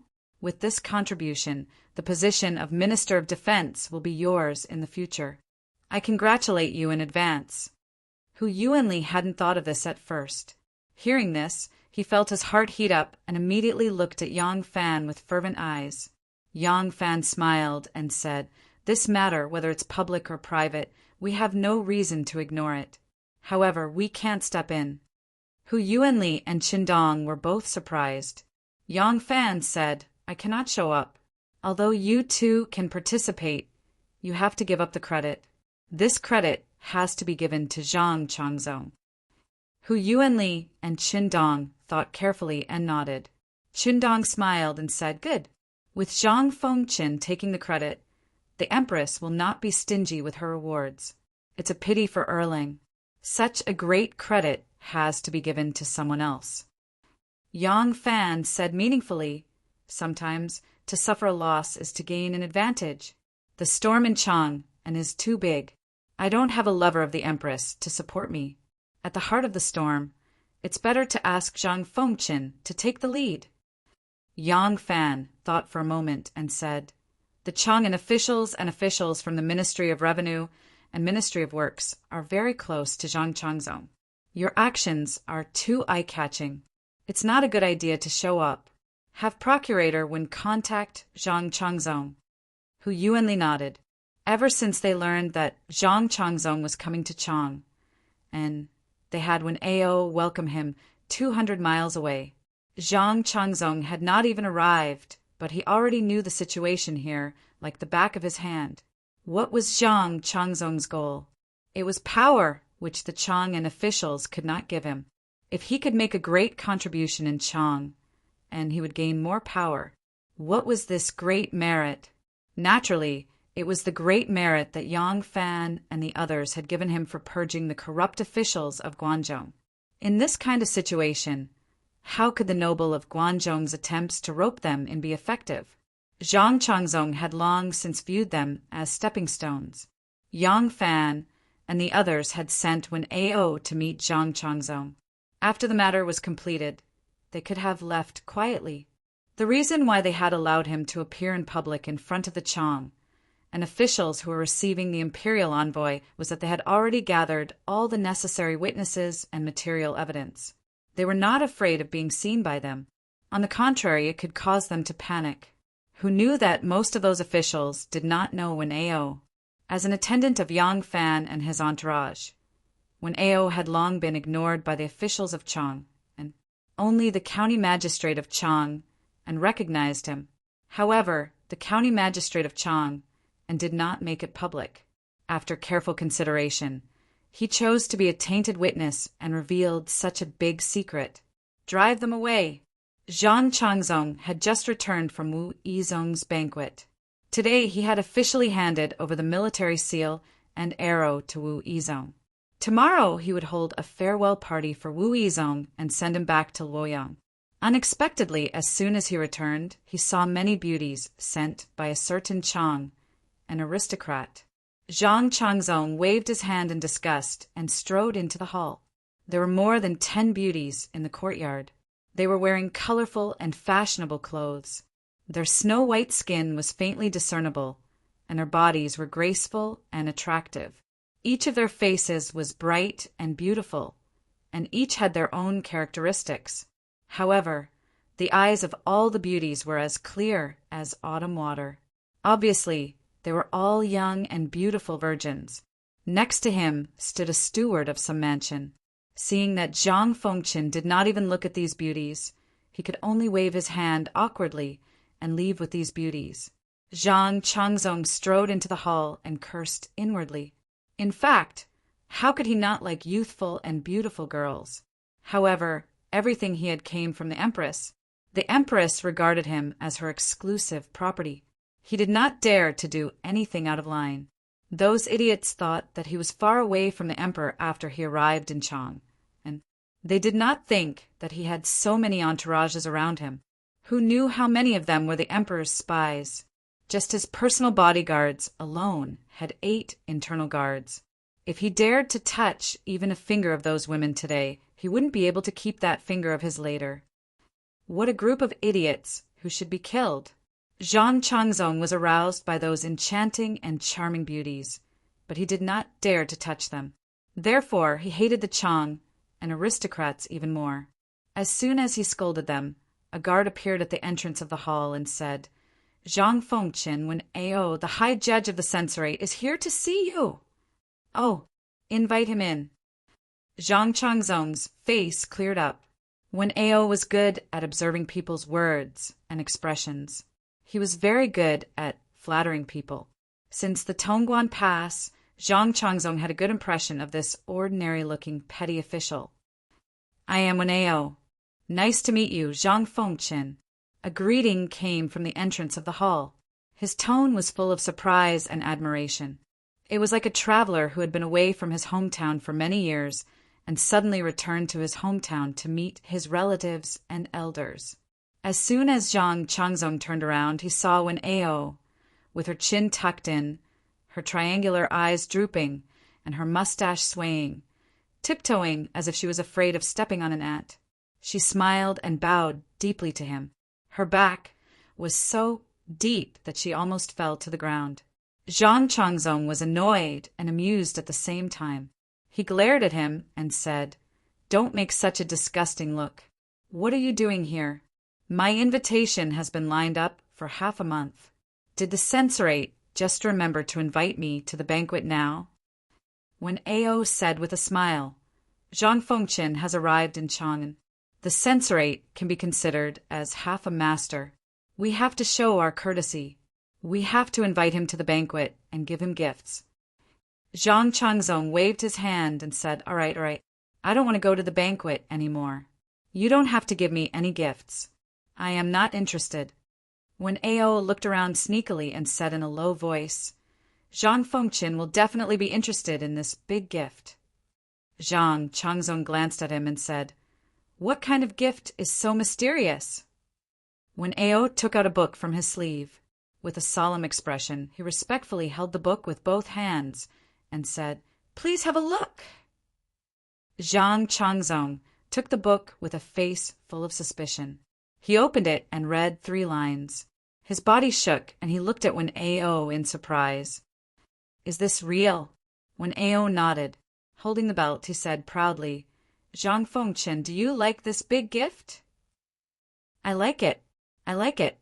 Ha ha ha, this big gift suits me." Wen Ao winked and said, "Then will Zhang Fengchen be willing to attend the celebration banquet?" "Definitely. Definitely. Such a banquet." Wen Ao said flatteringly, "How can you, Zhang Fengchen, be absent?" Ha ha ha ha. Taozhou controlled foreign armies to the west, Huanglong to the east, Shirling to the north, and was a stronghold for the Tang dynasty to defend against the Tubo. Surrounded by 4 mountains, there was a city built during the Taihe era of the Northern Wei dynasty. The city walls were built along the mountain ridges and wound around the peaks of Donglong Mountain, like a giant dragon coiling between the mountains. For more than 200 years, the people of Taozhou had lived and multiplied in this place. The Tang dynasty's contact with the western region, other than the Silk Road, was through the Tangfan Ancient Road. During the Jingguan era, Emperor Taizong of the Tang dynasty made peace with the Tubo. Princess Wencheng entered the western region through this road. Later, the Tubo and the Tang dynasty became increasingly hostile. They often sent troops to harass the border and plunder the Tang dynasty's border residents. This road was then closed. However, only the official road was truly closed. The smuggling among the people had never stopped. Later, some greedy officials joined in, and the scale of smuggling grew larger and larger. An unofficial trade market was formed here. Southwest of the ancient city, at the foot of the Yandan Mountain, Zhang Dawei, with his hands behind his back, walked slowly in the bustling valley with 4 guards. Those who saw him would respectfully retreat to the side and bow to him. Zhang Dawei was happy and at ease, as if he was the emperor of this place. Zhang Dawei was a legendary figure. At the beginning, he only brought 6 brothers to Tubo. After many hardships, he started a small business with people carrying mules. With the help of the prosperous trade between the Central Plains and Tubo, he quickly became rich and accumulated a huge fortune. Zhang Dawei also bought 500 looms in the nearby provinces to weave silk brocades and sell them to Tubo. In one fell swoop, he became the richest man in Taozhou. Unfortunately, Tubo then started a war, and the trade between the Central Plains and Tubo was stopped. He expanded too quickly and invested all of his family's fortune into it. As a result, he was penniless. When he was destitute, the founding duke, Chen Kaishuan, took a fancy to him and set up a private trade market. With him as his agent, Zhang Dawei made a comeback and once again became the richest man in Taozhou. Moreover, because this was a private market, he needed to build his own armed forces to maintain order here. His authority was even greater than before. Zhang Dawei, who had experienced great ups and downs, treasured everything he had now. Although the trade market here was already on track, and he didn't need to be respectful, he still looked like a king inspecting his territory every day, patrolling the valley used for trade. "This is my empire." Zhang Dawei stopped on a low slope and looked around at the bustling trade market. He stroked his beard and smiled. Thunder suddenly rumbled, rolling over. There were birds that flew out of the forest in fright, covering the sky and covering the sun. Zhang Dawei looked at the clear sky in confusion, and then looked into the distance. At the end of the valley, he saw a black tide rolling towards him. It was getting closer and closer. In the valley, there was a winding dragon, and it was clearly a team of black riders. Zhang Dawei turned pale with fright and hurriedly turned his head to look at the other side of the valley. Because he used too much strength, his neck made a cracking sound. On the other side of the valley, a group of swift and fierce knights had already blocked the mountain pass. War flags fluttered in the wind. Swords and spears flashed with cold light, vigorous and strict horse team. This wasn't the Tubo people, nor was it the border army. This was Zhang Dawei felt the world was spinning and the sun was piercing his eyes. His empire collapsed. Chapter 993. The night was dark and a bright moon hung in the sky. The moonlight shone on a magnificent garden. There were tall bamboos, rock gardens, and ponds. The houses were exquisite with carved pillars and walls. There was a well-lit abode at the end of the winding path. A pearl-shaped glass lamp, which was made of fine wood and decorated with fine engravings, emitted a bright and soft light. Under the light, Zhang Changzong, who was wearing a crimson nightgown and had her hair loose, stood in front of the octagonal mirror, humming a song while applying something on her face. In front of him were more than 20 jade plates of various sizes. Each plate contained different things, such as mung bean paste, vegetable juice, almond powder, honey, egg white, melon slices, and so on. Zhang Changzong was originally very beautiful. Because of such meticulous care, his skin was even more rosy and delicate. Many women envied him. Knock, knock, knock. There was a knock on the door.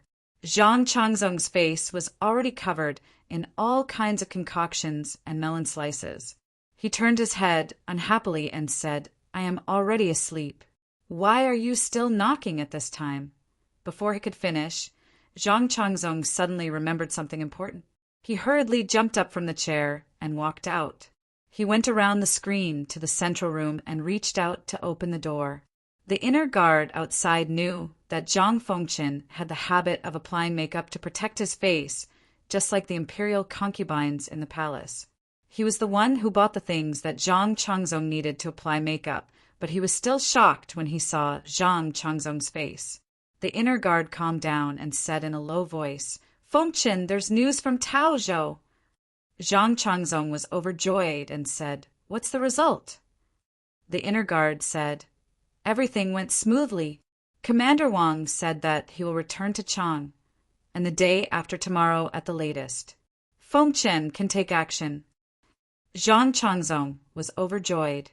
His face was shaken, and several melon slices fell off. "Good. This great merit is finally in our hands." The person who delivered the news came through the Xuanwu Gate. This gate was under the control of the 1,000 cavalry camp, so no one in Chang'an noticed it. Because of this, Yang Fan received the news earlier than Zhang Changzong. In the middle of the night, in the most spacious living room of the Liu family's mansion on the island, candles on the walls lit up the hall. There were no less than 50 people standing in the hall and the courtyard. They were all tall, short, fat, and skinny, and of different ages. The only similarity was their clothes and expressions. They were all dressed in green, the color that most easily blended in with the night. Their expressions were cold, solemn, and indifferent. It was as if they were accustomed to life and death in the world, and there was nothing in the world that could shake their will. Duguyu sat in the middle of the hall. There were many people standing solemnly in front of and outside of the hall, but there was not the slightest sound, not even the sound of their breathing could be heard. Even the slight sound of Duguyu taking a sip of tea was especially clear in the hall. Gu Zhuting slowly pushed Yang Fan's wheelchair out. Duguyu hurriedly put down the teacup and stood up. Yang Fan glanced at the green-robed men. He had seen the same expression on many people's faces before, including Gu Zhuting and Renwei. But now that they had been by his side for a long time, they were very different from the past. They were no longer pure assassins whose lives did not belong to them, so their emotions and desires were firmly restrained by them.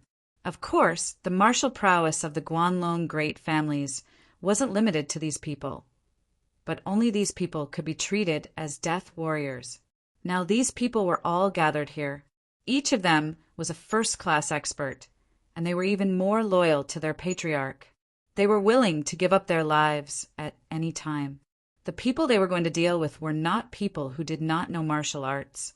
After this operation, some of them would probably disappear from this world. However, they still had indifferent expressions on their faces. This was how they treated their own lives, and naturally, they treated the lives of others even more so. "Erlang!" Duguyu cupped his hands at Yang Fan. Yang Fan took out a stack of paper from his sleeve and passed it to Duguyu. Duguyu did not read it, but passed it to a green-robed man with white hair and beard. The green-robed man began to distribute the paper. The green-robed man standing in the middle of the hall was obviously of a higher status than the green-robed man standing outside. Everyone in the hall received a piece of paper. Every piece of paper had a person's name on it, followed by their identity, address, and whether they were proficient in martial arts. Everyone who finished reading the note rolled it into a ball and swallowed it on the spot. Then they strode out of the living room. Depending on the difficulty of the task they were carrying out, they would take a different number of people with them. In just a quarter of an hour, the entire living room was empty. From beginning to end, no one said a word. Only when the hall was empty did Dugayu cast a sidelong glance at Yang Fan and said, "Erling doesn't seem to be feeling too good." Yang Fan sighed softly. Dugayu smiled and said, "Indeed, I don't feel good about attacking my own people." Yang Fan did not speak. Dugayu said, "If Ningku was still alive, he would definitely laugh at you for being soft-hearted." Since the two reunited in Chang, and they had deliberately avoided the topic of Dugu Ningku, this was the first time.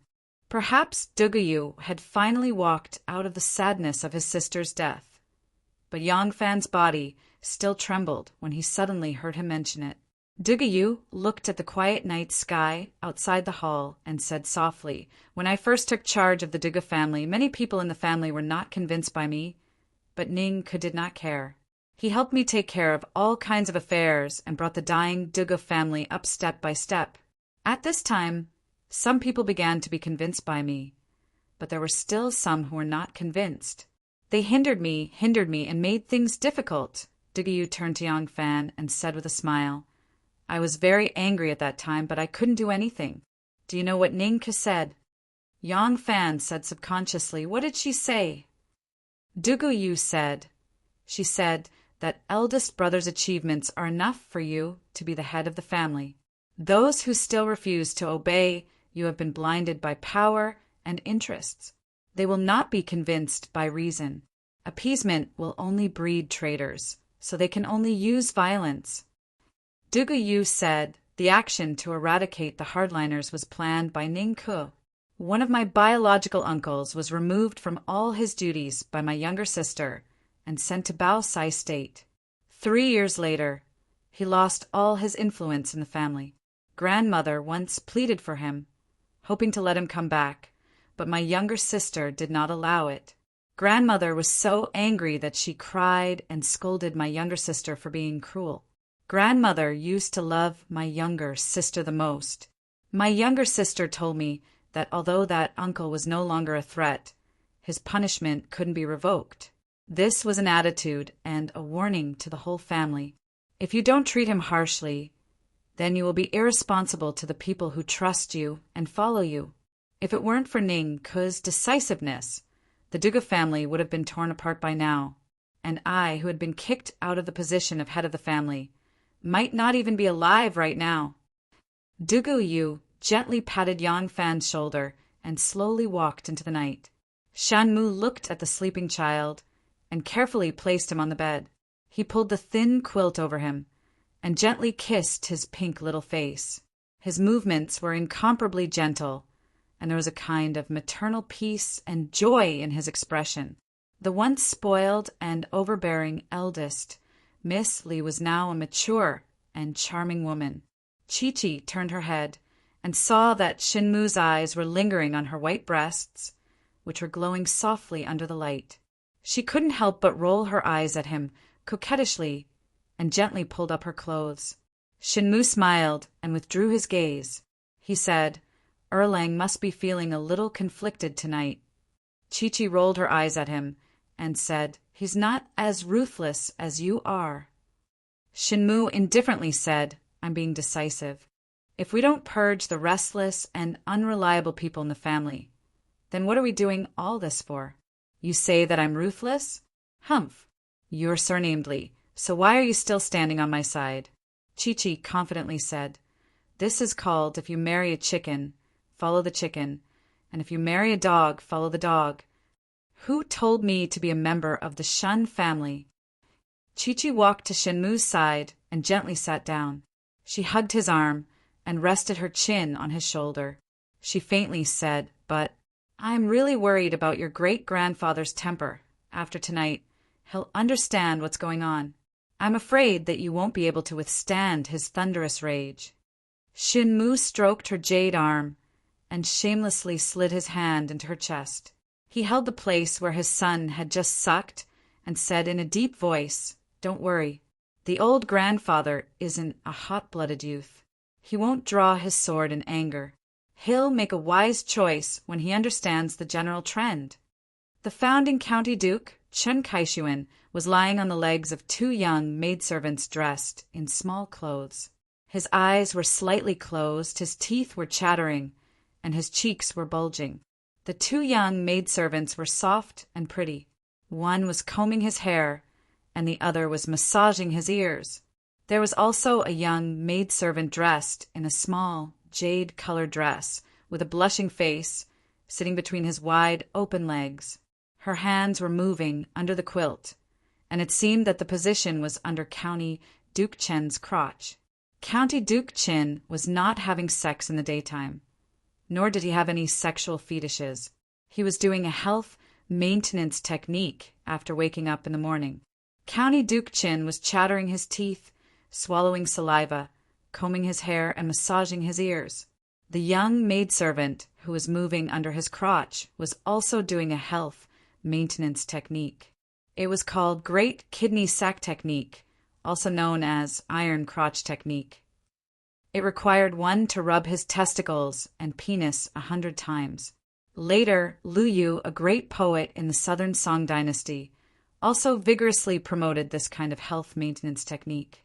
He even wrote a poem about it. If life wants to be free, 2 pairs must be cooked by hand. County Duke Chen naturally didn't need to cook by himself. He was nearly 70 years old, had good teeth, and had black hair and beard. It could be seen that this old guy had quite a knack for health maintenance. It would take County Duke Chen at least 2 hours to complete a set of health maintenance technique. He was lying there lazily, waiting for the young maidservant who was doing the iron crotch technique to massage his belly again. Suddenly, there was a clamor in the courtyard. County Duke Chen was very dissatisfied. He opened his eyes, but before he could scold them, the door was kicked open. 2 armored soldiers with swords in their hands stood there majestically, like door gods. County Duke Chen was stunned, and so were the 3 beautiful young maidservants who were serving him. This battle began with the arrest of this High Duke. Chapter 994. Surrounded by willow trees and lotus vines, small bridges, pavilions, and trees, it was like a fairyland on earth. In the midst of the elegance, there were a few thatched cottages. Bypassing a spring, there was a small bridge in front of him. Next to the bridge was a simple and unadorned thatched pavilion. Not far from the bridge, there was a wooden square with the words Penglai so near written on it. Moving forward for only a dozen or so steps, he saw another wooden square. Above the square, there were 4 large, unadorned characters, observing the gentleman. Walking on a grassy path through a bamboo forest, the front suddenly opened up, and there were a few thatched cottages. This was the first academy in Lantian, Yingzhou Academy. The mountain elder of this academy was called Lin Yuhan, courtesy name Boju, nickname Rashui. Originally from the Di Taoist family in Longxi, he passed the provincial examination at a young age and became the supervising censor. He retired in his middle years and entered Taoism. He was a Confucian in the court and a Taoist in the countryside. Lin Shanzhang had been practicing Taoism for 10 years and then returned to the secular world. He opened this Yingzhou Academy and focused on teaching. Many talents in Guanzhong gathered under his tutelage. He was a famous Confucian scholar in Guanzhong and had a very high reputation among the aristocrats. Every time he attended the provincial examination, there would be an endless stream of examinees coming to take the exam, hoping to get a good word from Lin Shanzhang. But very few people knew that this mountain elder Lin had entered the discerning eyes of Longxi's old master Li when he was young. It was precisely because of the Longxi's Li family's nurturing that he had the lofty status he had today in the world of scholars. This person was currently in charge of the Heaven Observation Department of the Succession Hall. Early in the morning, Zhang Zirwei rushed to the academy with the 4 treasures of the study and scrolls. Zhang Zirwei was a native of Lantian. His family had hundreds of acres of fertile land, 2 workshops, and 3 shops in Chang'an City. His family was considered one of the richest in Lantian County. This boy was young and smart. He was very eager to learn and was favored by Mountain Elder Lin. He was Lin Yuhan's direct disciple. Every day he would come to the academy to attend classes, regardless of the weather. Moreover, he was always the first one to arrive. When Zhang Zirwei arrived at the academy, he knew that he had arrived early, so he made a detour to the grass hut at the back. There was a low fence wall, and in the corner of the wall was a clay stove. A page boy was lighting a fire there. Zhang Zirwei knew that his teacher had the habit of waking up early to drink tea, so he hurriedly quickened his pace. Bypassing a strand of short willow trees, Zhang Zirwei suddenly felt as if there was a green figure flashing in the courtyard. Like a spirit fox, it scuttled into the weeds outside the fence wall and disappeared. Zhang Zirwei was startled. Looking at the courtyard again, it was still quiet. The little boy was brewing tea by the wall. The teacher was dressed in a snow-white hemp robe and wore a tall hat. He was neatly dressed and sat upright by the stone table under the old Confucian scholar tree. Zhang Zirwei heaved a sigh of relief. He shook his head in a self-mocking manner and said, "I don't speak of supernatural powers." Zhang Zirwei hurried over and opened the door. He bowed deeply to Lin Yuhan and said respectfully, "Student Zhang Zirwei greets Mr." Mountain Elder Lin sat with his back to Lin Yuhan, motionless. The page boy who was brewing tea by the wall turned around and said cheerfully, "It's the Zhang Langjun again." Before the page boy could finish a sentence, his face suddenly changed. His voice was stuck in his throat and he could no longer speak. He stretched out a trembling finger and pointed at Lin Yuhan. After trembling for a while, he suddenly screamed and fell backward. The page boy fainted next to the stove.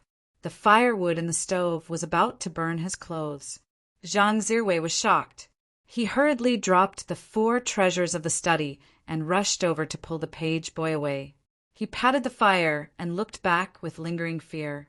Zhang Zirwei also screamed. Although he did not faint on the spot, he was also scared to the point that his limbs were cold and his face was pale.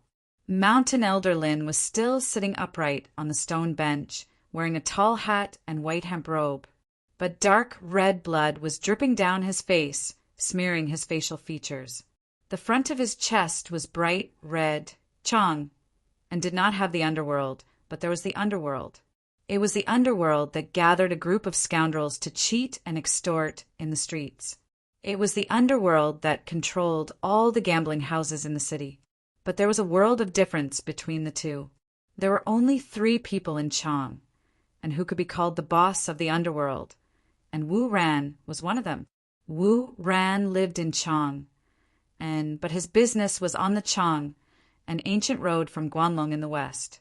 All the underworld businesses on the road from Guanlong to Chang and were under his control. He had 600 to 700 brothers under his command. All the big shots in the Chang and underworld knew how powerful Second Master Wu was. But they did not know that the reason why Second Master Wu was called Second Master was not only because he was the second son, but also because there was someone behind him. That person was called Shinmu. Wu Ran's public business in Chang and was selling wine. Wu Ran was a drinker. Usually he would sit behind the counter and drink a jar of smoked pig's ear to go with the wine. If one day the person behind the counter was changed to the second master, then it would be the head master who personally poured the wine for him. After noon, Wu Ran sat behind the counter with a plate of pig's ear and a jar of old wine. He was enjoying himself. Suddenly, a donkey pulled a cart in front of the store. On the cart was a large wine jar. Wu Ran glanced at it and did not care. He thought that it was just here to buy wine. The vendors who sold liquor in Chang and city usually carried a pole or used a cart to sell the liquor. Those who carried wine would carry a wine jar on both sides of the pole and sell it to the people on the streets. Those who used a cart to sell wine would place a large wine jar on the cart. Where is the shopkeeper? Ask your shopkeeper to come out. Your store is selling fake wine. You even mix water into the fake wine. You're really heartless. Come out. Ask your shopkeeper to come out. There were 4 to 5 people surrounding the donkey cart. They started to make a fuss the moment they arrived at the store.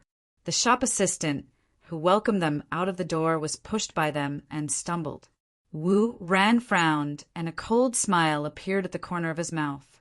He knew very well whether or not his shop had ever sold fake wine.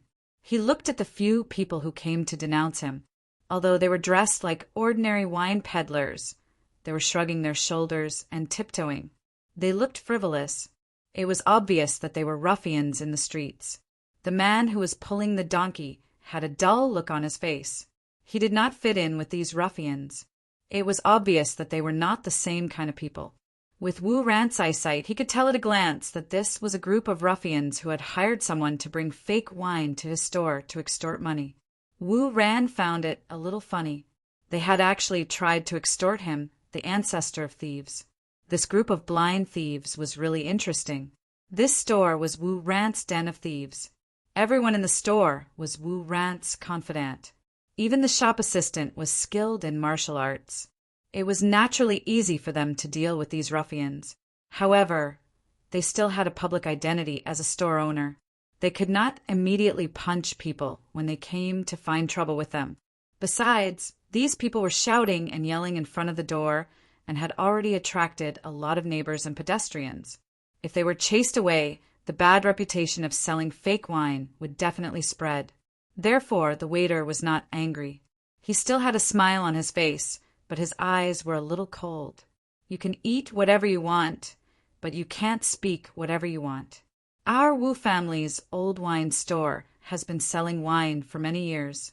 No one has ever said that we sell fake wine, not to mention that the fake wine has been mixed with water. These customers look very unfamiliar. I don't remember you drinking wine in my store. If you didn't get the wrong person, then please show me the evidence. Otherwise, the shop assistants all walked out and surrounded the peddlers who had brought the wine. The assistant steward also walked out slowly with a gloomy face. Io, not only are you selling fake wine, but you also want to bully people.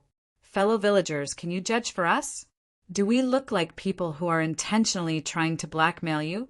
The Wu family's old wine store selling fake wine has made us suffer. Our small business can't afford to be tossed around.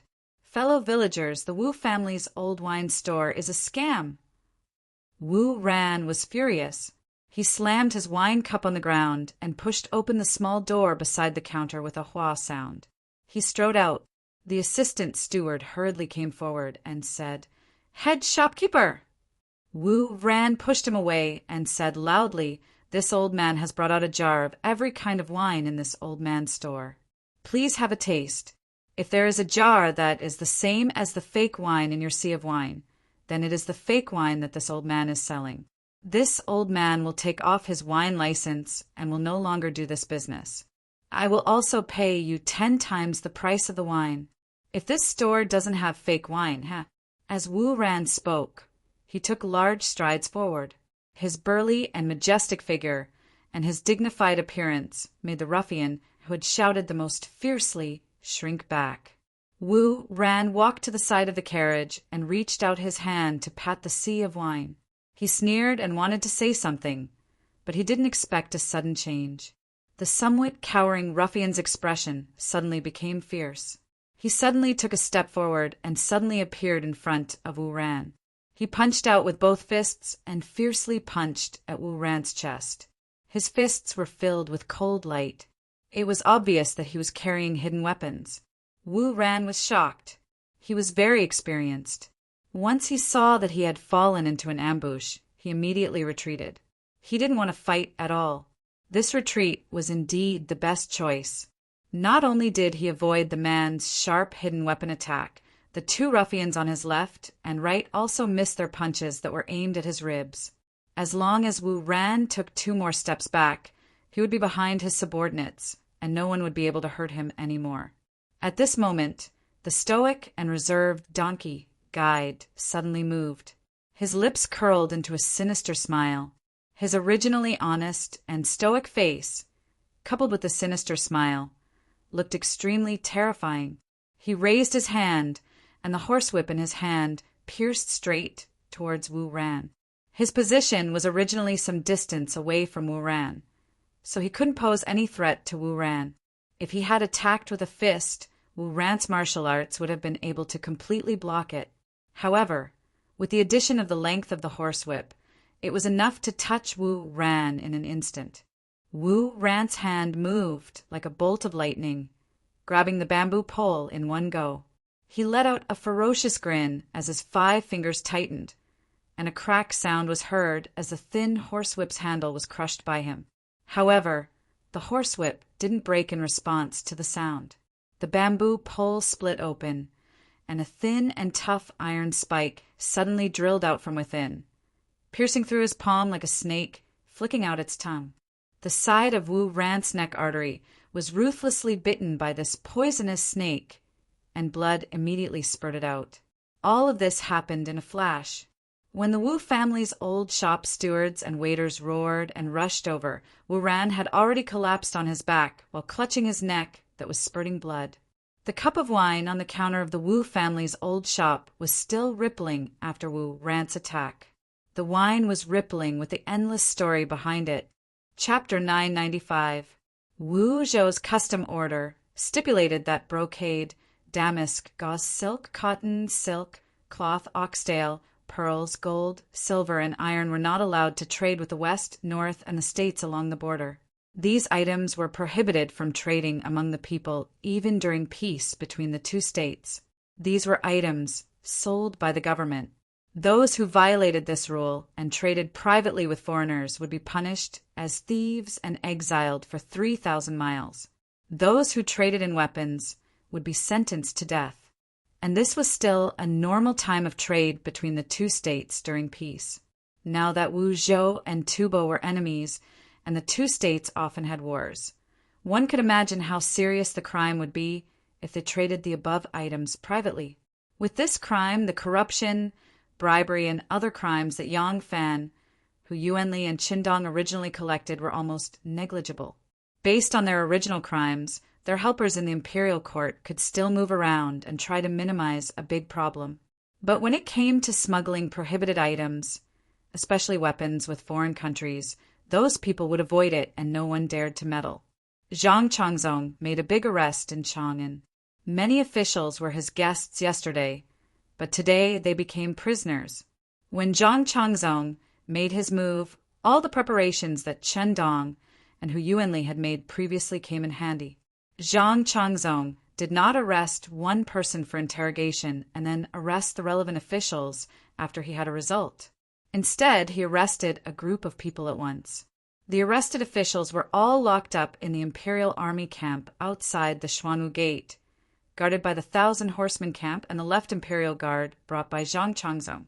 For the sake of safety, Zhang Changzong moved to the Imperial Army's camp while he was carrying out the arrest. If someone used a crossbow to deal with him, even if he had many experts by his side, he could not guarantee his safety. He did not want to follow in Yang Fan's footsteps.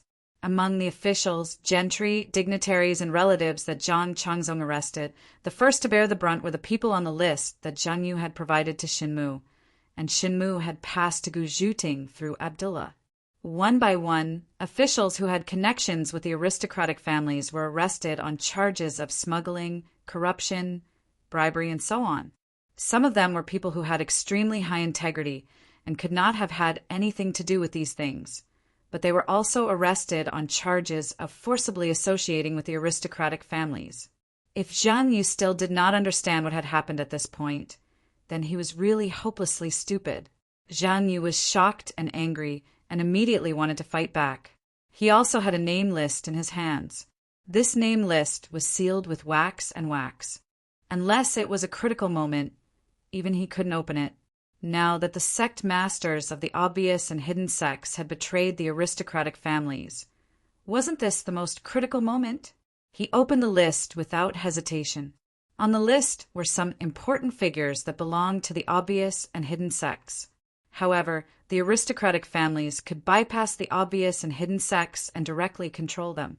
Although the obvious and hidden sects had sect masters in charge of the overall situation, it was impossible for such a large organization to have a sect master personally attend to everything. These people were all important figures in charge of specific aspects. Some of them had tyrannical martial power, and some of them controlled the core of the obvious and hidden sects. As long as he mobilized these people, he could use them to quickly kill the sect masters of the two sects without causing the obvious and hidden sects to collapse. However, Zhang Yu, who felt as if he had obtained a treasure, quickly discovered that the name list in his hands was only an obituary. Lin Yuhan Wu Ran, Cui Fu Wu Dong, Zhang Xing, Zhu Mingyong, Zhou Si Wu Ning, Li Jianing, Gao Yunlong, Feng Rao. Each of them was either a famous scholar whose name shook an area, an ambitious and ruthless character of the underworld, or a local celebrity of a prefecture or a place. But they were all dead. It was as if the Grim Reaper was racing with Zhang Yu. Everywhere he went, he only saw a cold corpse. Some had already been put into a coffin, and some had just been killed when he rushed over. He was just a step too late. A moment ago, those were still living people, people with power and influence. Zhang Yu was unable to restrain his anger. He was like a night owl that came for no reason. As he visited again and again, he only saw corpses. He thought that the next person to be assassinated would be him, but he was still safe and sound. He was still walking through the streets, watching Zhang Changzong capture people, Qin Dong capture people, Hu Yuanli capture people, and watching unknown people kill people. He knew that the people who killed people were definitely Shen Mu and Yang Fan, but he didn't know when Shen Mu and Yang Fan had obtained such a secret force. Even if the aristocratic families only had one spy in every department of the obvious and hidden sects, it was impossible to not leak any information when they used so many people to kill so many people at the same time. However, this time, there really wasn't any information leaked. Where did this group of men of sacrifice who came and went without a trace, acted viciously, and didn't hesitate to commit suicide once they were captured come from? When did Yang Fan and Shan Mu nurture such a group of men of sacrifice? Yang Fan had only been the patriarch of the obvious sect for 2 years, and these men of sacrifice definitely weren't his. It could only be Shen Mu. Shen Mu might be the founder of the hidden sect, but he didn't lack the aristocratic family's spies. To nurture so many men of sacrifice who were extremely skilled and loyal, who were willing to die for their masters, how could it be hidden from others? To nurture such a group of men of sacrifice, it didn't just require time, wealth, and authority. If he wanted to avoid the spies of the aristocratic families and not let anyone notice, how meticulous of a plan, how long of a preparation, how deep of a mind, and how meticulous of a scheme did he need? Zhang Yu didn't suspect the Guanlong aristocratic family at all, because the Guanlong aristocratic family and the Shandong aristocratic families were like oil and water. The two couldn't mix. The obvious and hidden sects patriarchs might have betrayed their judgment, but the soil they lived in and the environment they adapted to were still firmly branded with the Shandong aristocratic family's brand. It was impossible for the Guanlong aristocratic family to trust and support them so much. But he didn't expect that this force came from the Guanlong aristocratic family, which he thought was impossible, and the person who mobilized this force was Yang Fan, whom he thought was impossible. He didn't know that Yang Fan had been treated as a son-in-law by the Guanlong aristocratic family because of the Minister of Internal Affairs in the palace. He didn't know that the Dugu aristocratic family had an extraordinary woman who had a discerning eye and had long been acting as a go-between for Yang Fan. When the last person on the list that he treated like a treasure was announced dead, Zhang Yu tore up the list in frustration. Shan Mu and Yang Fan didn't have such a list in their hands. So the people that were purged from the obvious and hidden sects weren't limited to the people on the list. These people were people that the various aristocratic families viewed as absolutely reliable. After a long period of observation and analysis, Shin Mu and Yang Fan had decided on a group of people that they believed to be reliable. For example, other than that mountain elder Lin from Ingzhou Academy in the Sky Observation Division, the rest of the famous elders were included. As for those who held important positions in the eyes of the aristocratic families and the obvious and hidden sects, they were all on the list of people that Yang Fan and Shin Mu wanted to purge. They would rather kill the wrong person than let them go. It was precisely because of this that Shin Mu and Yang Fan's purge could be so clean. This game of chess had already ended. Zhang Yu didn't need to count his moves to know that he had suffered a crushing defeat.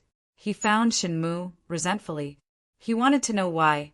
"I have never thought of betraying, and I have never betrayed." Shen Mu answered calmly in the face of Zhang Yu's angry questioning. Miss Chi-Chi didn't show herself. Her man had a conflict with her maiden family, so it wasn't appropriate for her to show herself no matter what. Zhang Yu said angrily, "Isn't this considered betrayal?" "Of course not.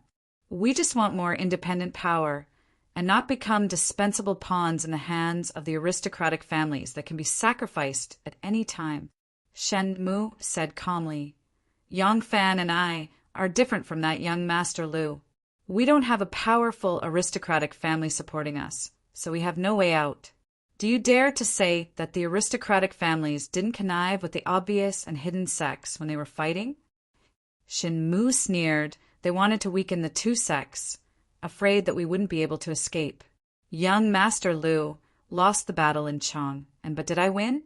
I was sent to Xinluo.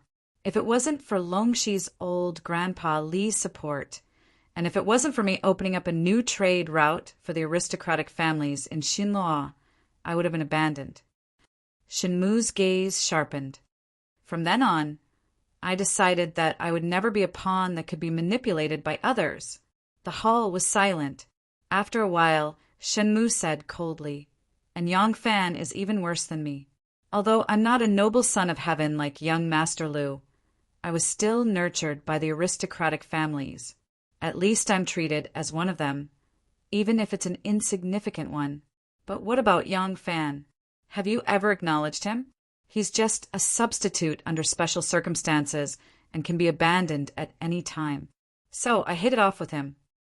Shin Mu leaned back on the chair and said, "However, this has nothing to do with betrayal. The aristocratic families need the successor hall, and the successor hall needs the aristocratic families even more. We just want to change our subservient relationship to cooperation." Zhang Yu clenched his fists and sneered, "But we don't need you anymore. Even if you control the successor hall, we don't need you. The aristocratic families can nurture you, but they can also abandon you at any time." Shinmu smiled and said, "Maybe they didn't need us at first, but ever since you gave me that name list, they need us. They lost those people.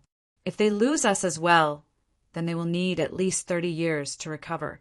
30 years may not be much to a 1,000-year-old aristocratic family, but it is very important to them." Deep regret surged in Zhang Yu's heart. Shinmu leisurely said, "When it's time to lower one's head, even the emperor will lower his head, rather fighting to the death for a moment of pleasure. This is the bravery of common man, and not the demeanor of an aristocratic family." There was a long table in front of Yang Fan. The table was piled with things. They were not gold, pearls, and jade treasures, but account books.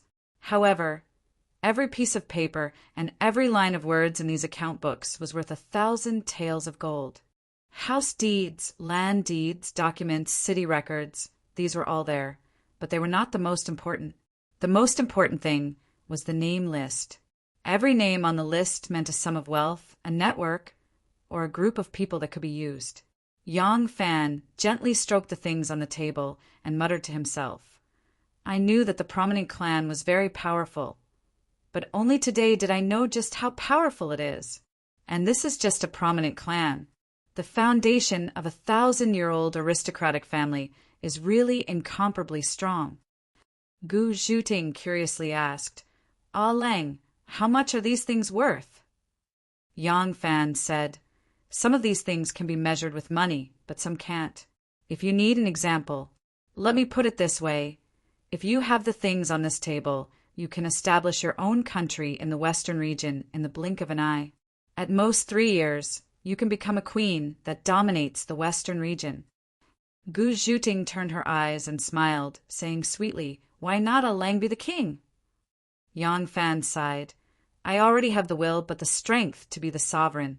I can't be the ruler of a country." Gu Zhuting knelt on one knee in front of Yang Fan and looked up at him affectionately, saying, Lang is the king in my heart and always will be. Chapter 996. A special troop entered the city of Chang'an. They rode on tall horses and wore bright armor. They were equipped with knives and shields and held sharp spears in their hands. From afar, they gave off an oppressive feeling. This was the imperial army, but they didn't seem to be in a uniform formation. This was because they were escorting many wagons and hundreds of prisoners who were chained together with long ropes. The people of Chang and were already numb to this scene. They had seen many arrests over the past few days. Even though it was rare to see such a grand scene today, it had lost its novelty to them. The troop entered the city from the west and did not travel for long.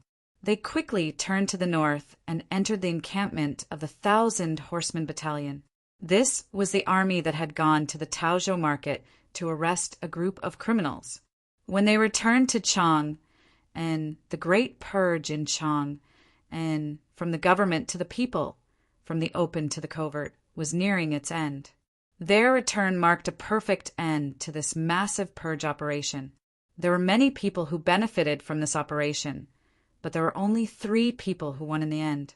One was called Wu Zetian, another was called Shenmu, and the last one was Yang Fan. Wu Zetian did not know of Shenmu and Yang Fan's plan, but Yang Fan and Shenmu had succeeded in cutting off the chains that bound them. From chess pieces at the mercy of others, they had become the players playing chess. And what about the players who had been reduced to chess pieces? Lanzhou Longxi. In the south of Lanzhou, in the huge building that was as majestic as a marquis's mansion, Li Taigong was furious. On Ba. Everything started with Ba. Li Taigong slammed his crutch on the ground and turned to ask, "Are there any of our people on Ba? When the commotion started, did we notice anything?" His eldest grandson, Li Mingquan, answered with a bitter smile, "No. We never paid attention to Ba's group of bumpkins. In fact, the people we control and the people on Lake Ba are separated by a few levels. But in the end, with the momentum of a single spark setting the prairie ablaze, they implicated the Tsauko from the Tsauko, and through the Tsauko to the middle and low-class Chang, and gentry officials, and then through these low-class gentry officials to the higher-level officials. Great-grandfather, they played a good game." "Thud!" Old Master Li slammed his crutch on the ground and said in a loud voice, "This game is not over yet. I won't take this lying down. Do they think that I can only rely on them after sweeping through the bureaucracy of Guangzhou? 2 short-sighted juniors. This old man will let them know how powerful I am." The more old Grandpa Li spoke, the angrier he became, especially that ingrate Shenmu. "I won't let him off. This bastard, if it wasn't for this old man's nurturing, if it wasn't for this old man's unstinting support, would he be where he is today? Look at him. He deceived Chi-Chi with flowery words, and now he's dealing with this old man. If it wasn't for him becoming my grandson-in-law, I wouldn't have been so at ease with him, and wouldn't have allowed him to do so many things without ever doubting his loyalty." Li Mingquan coughed and said, "I've always felt that Shenmu is rebellious. Nonsense."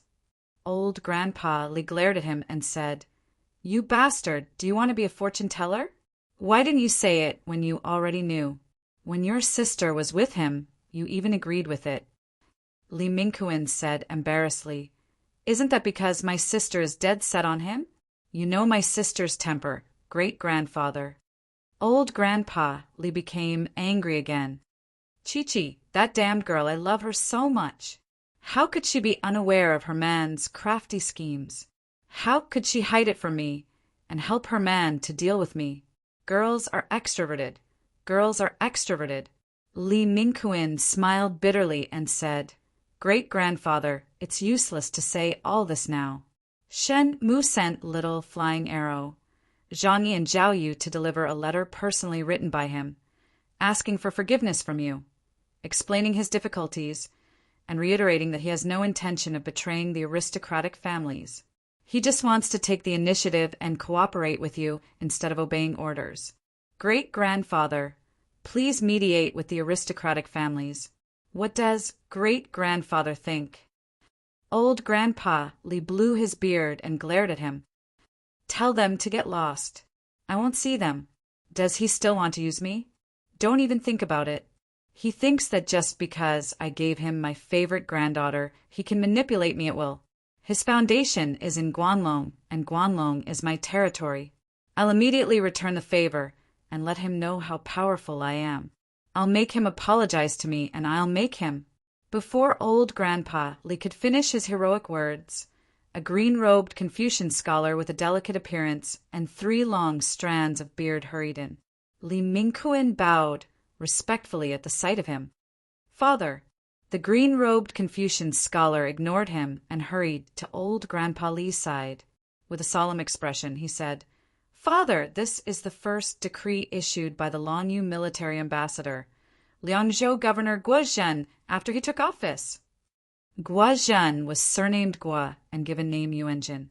This Gui Yuanjin was also an extraordinary person.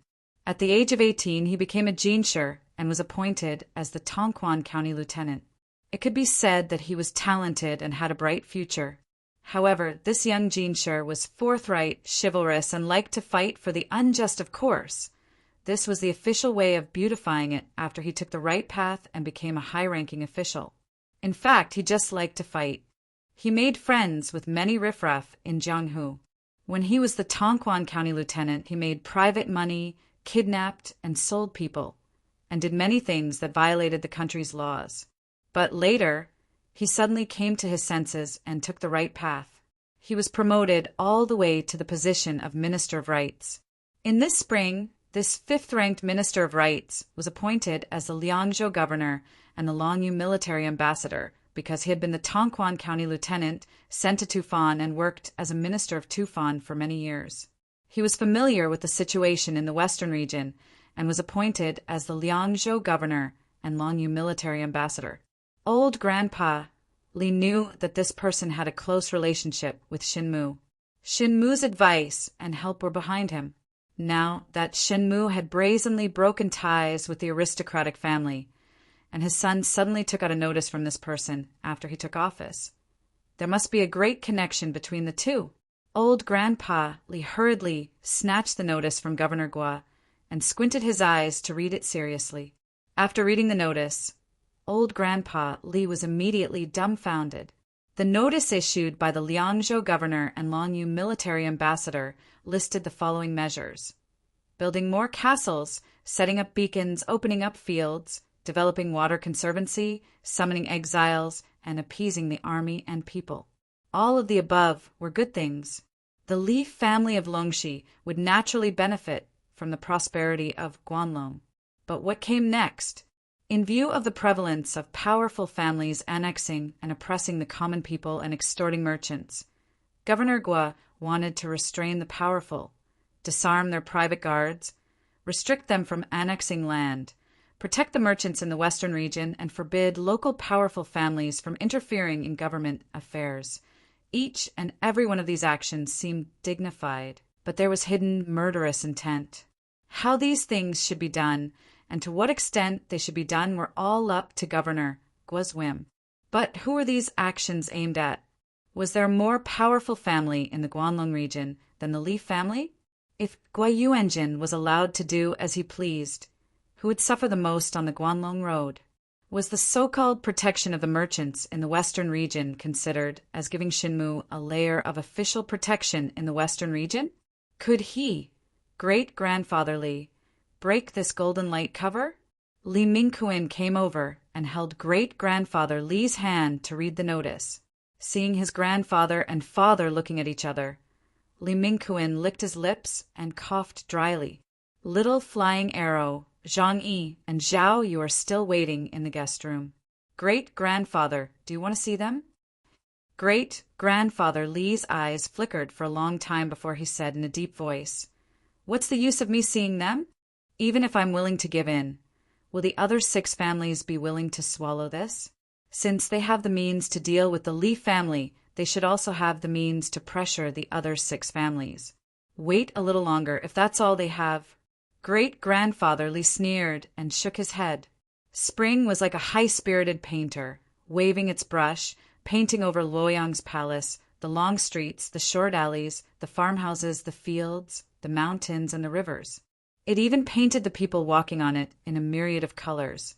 There was a cluster of flowers in the Zizé garden. In winter, the snow was like flowers, and in spring, the flowers were like snow.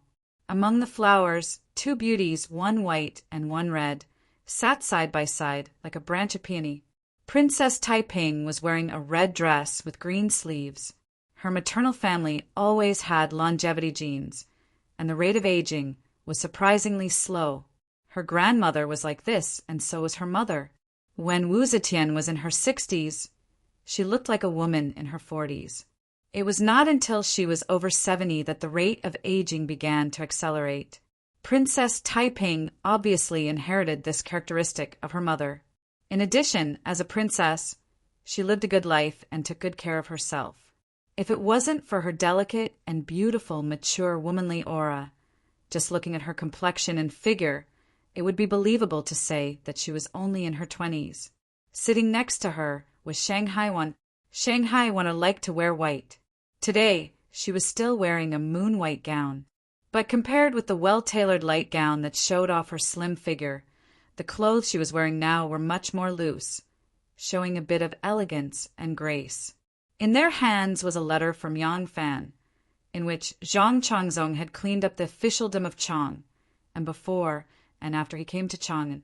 But this kind of report didn't need Yang Fan to tell. Wan and Taiping both had their own channels to clearly understand everything that happened in Chang. Therefore, the letter only skimmed over these matters and did not go into detail. What Yang Fan mentioned in detail was another matter.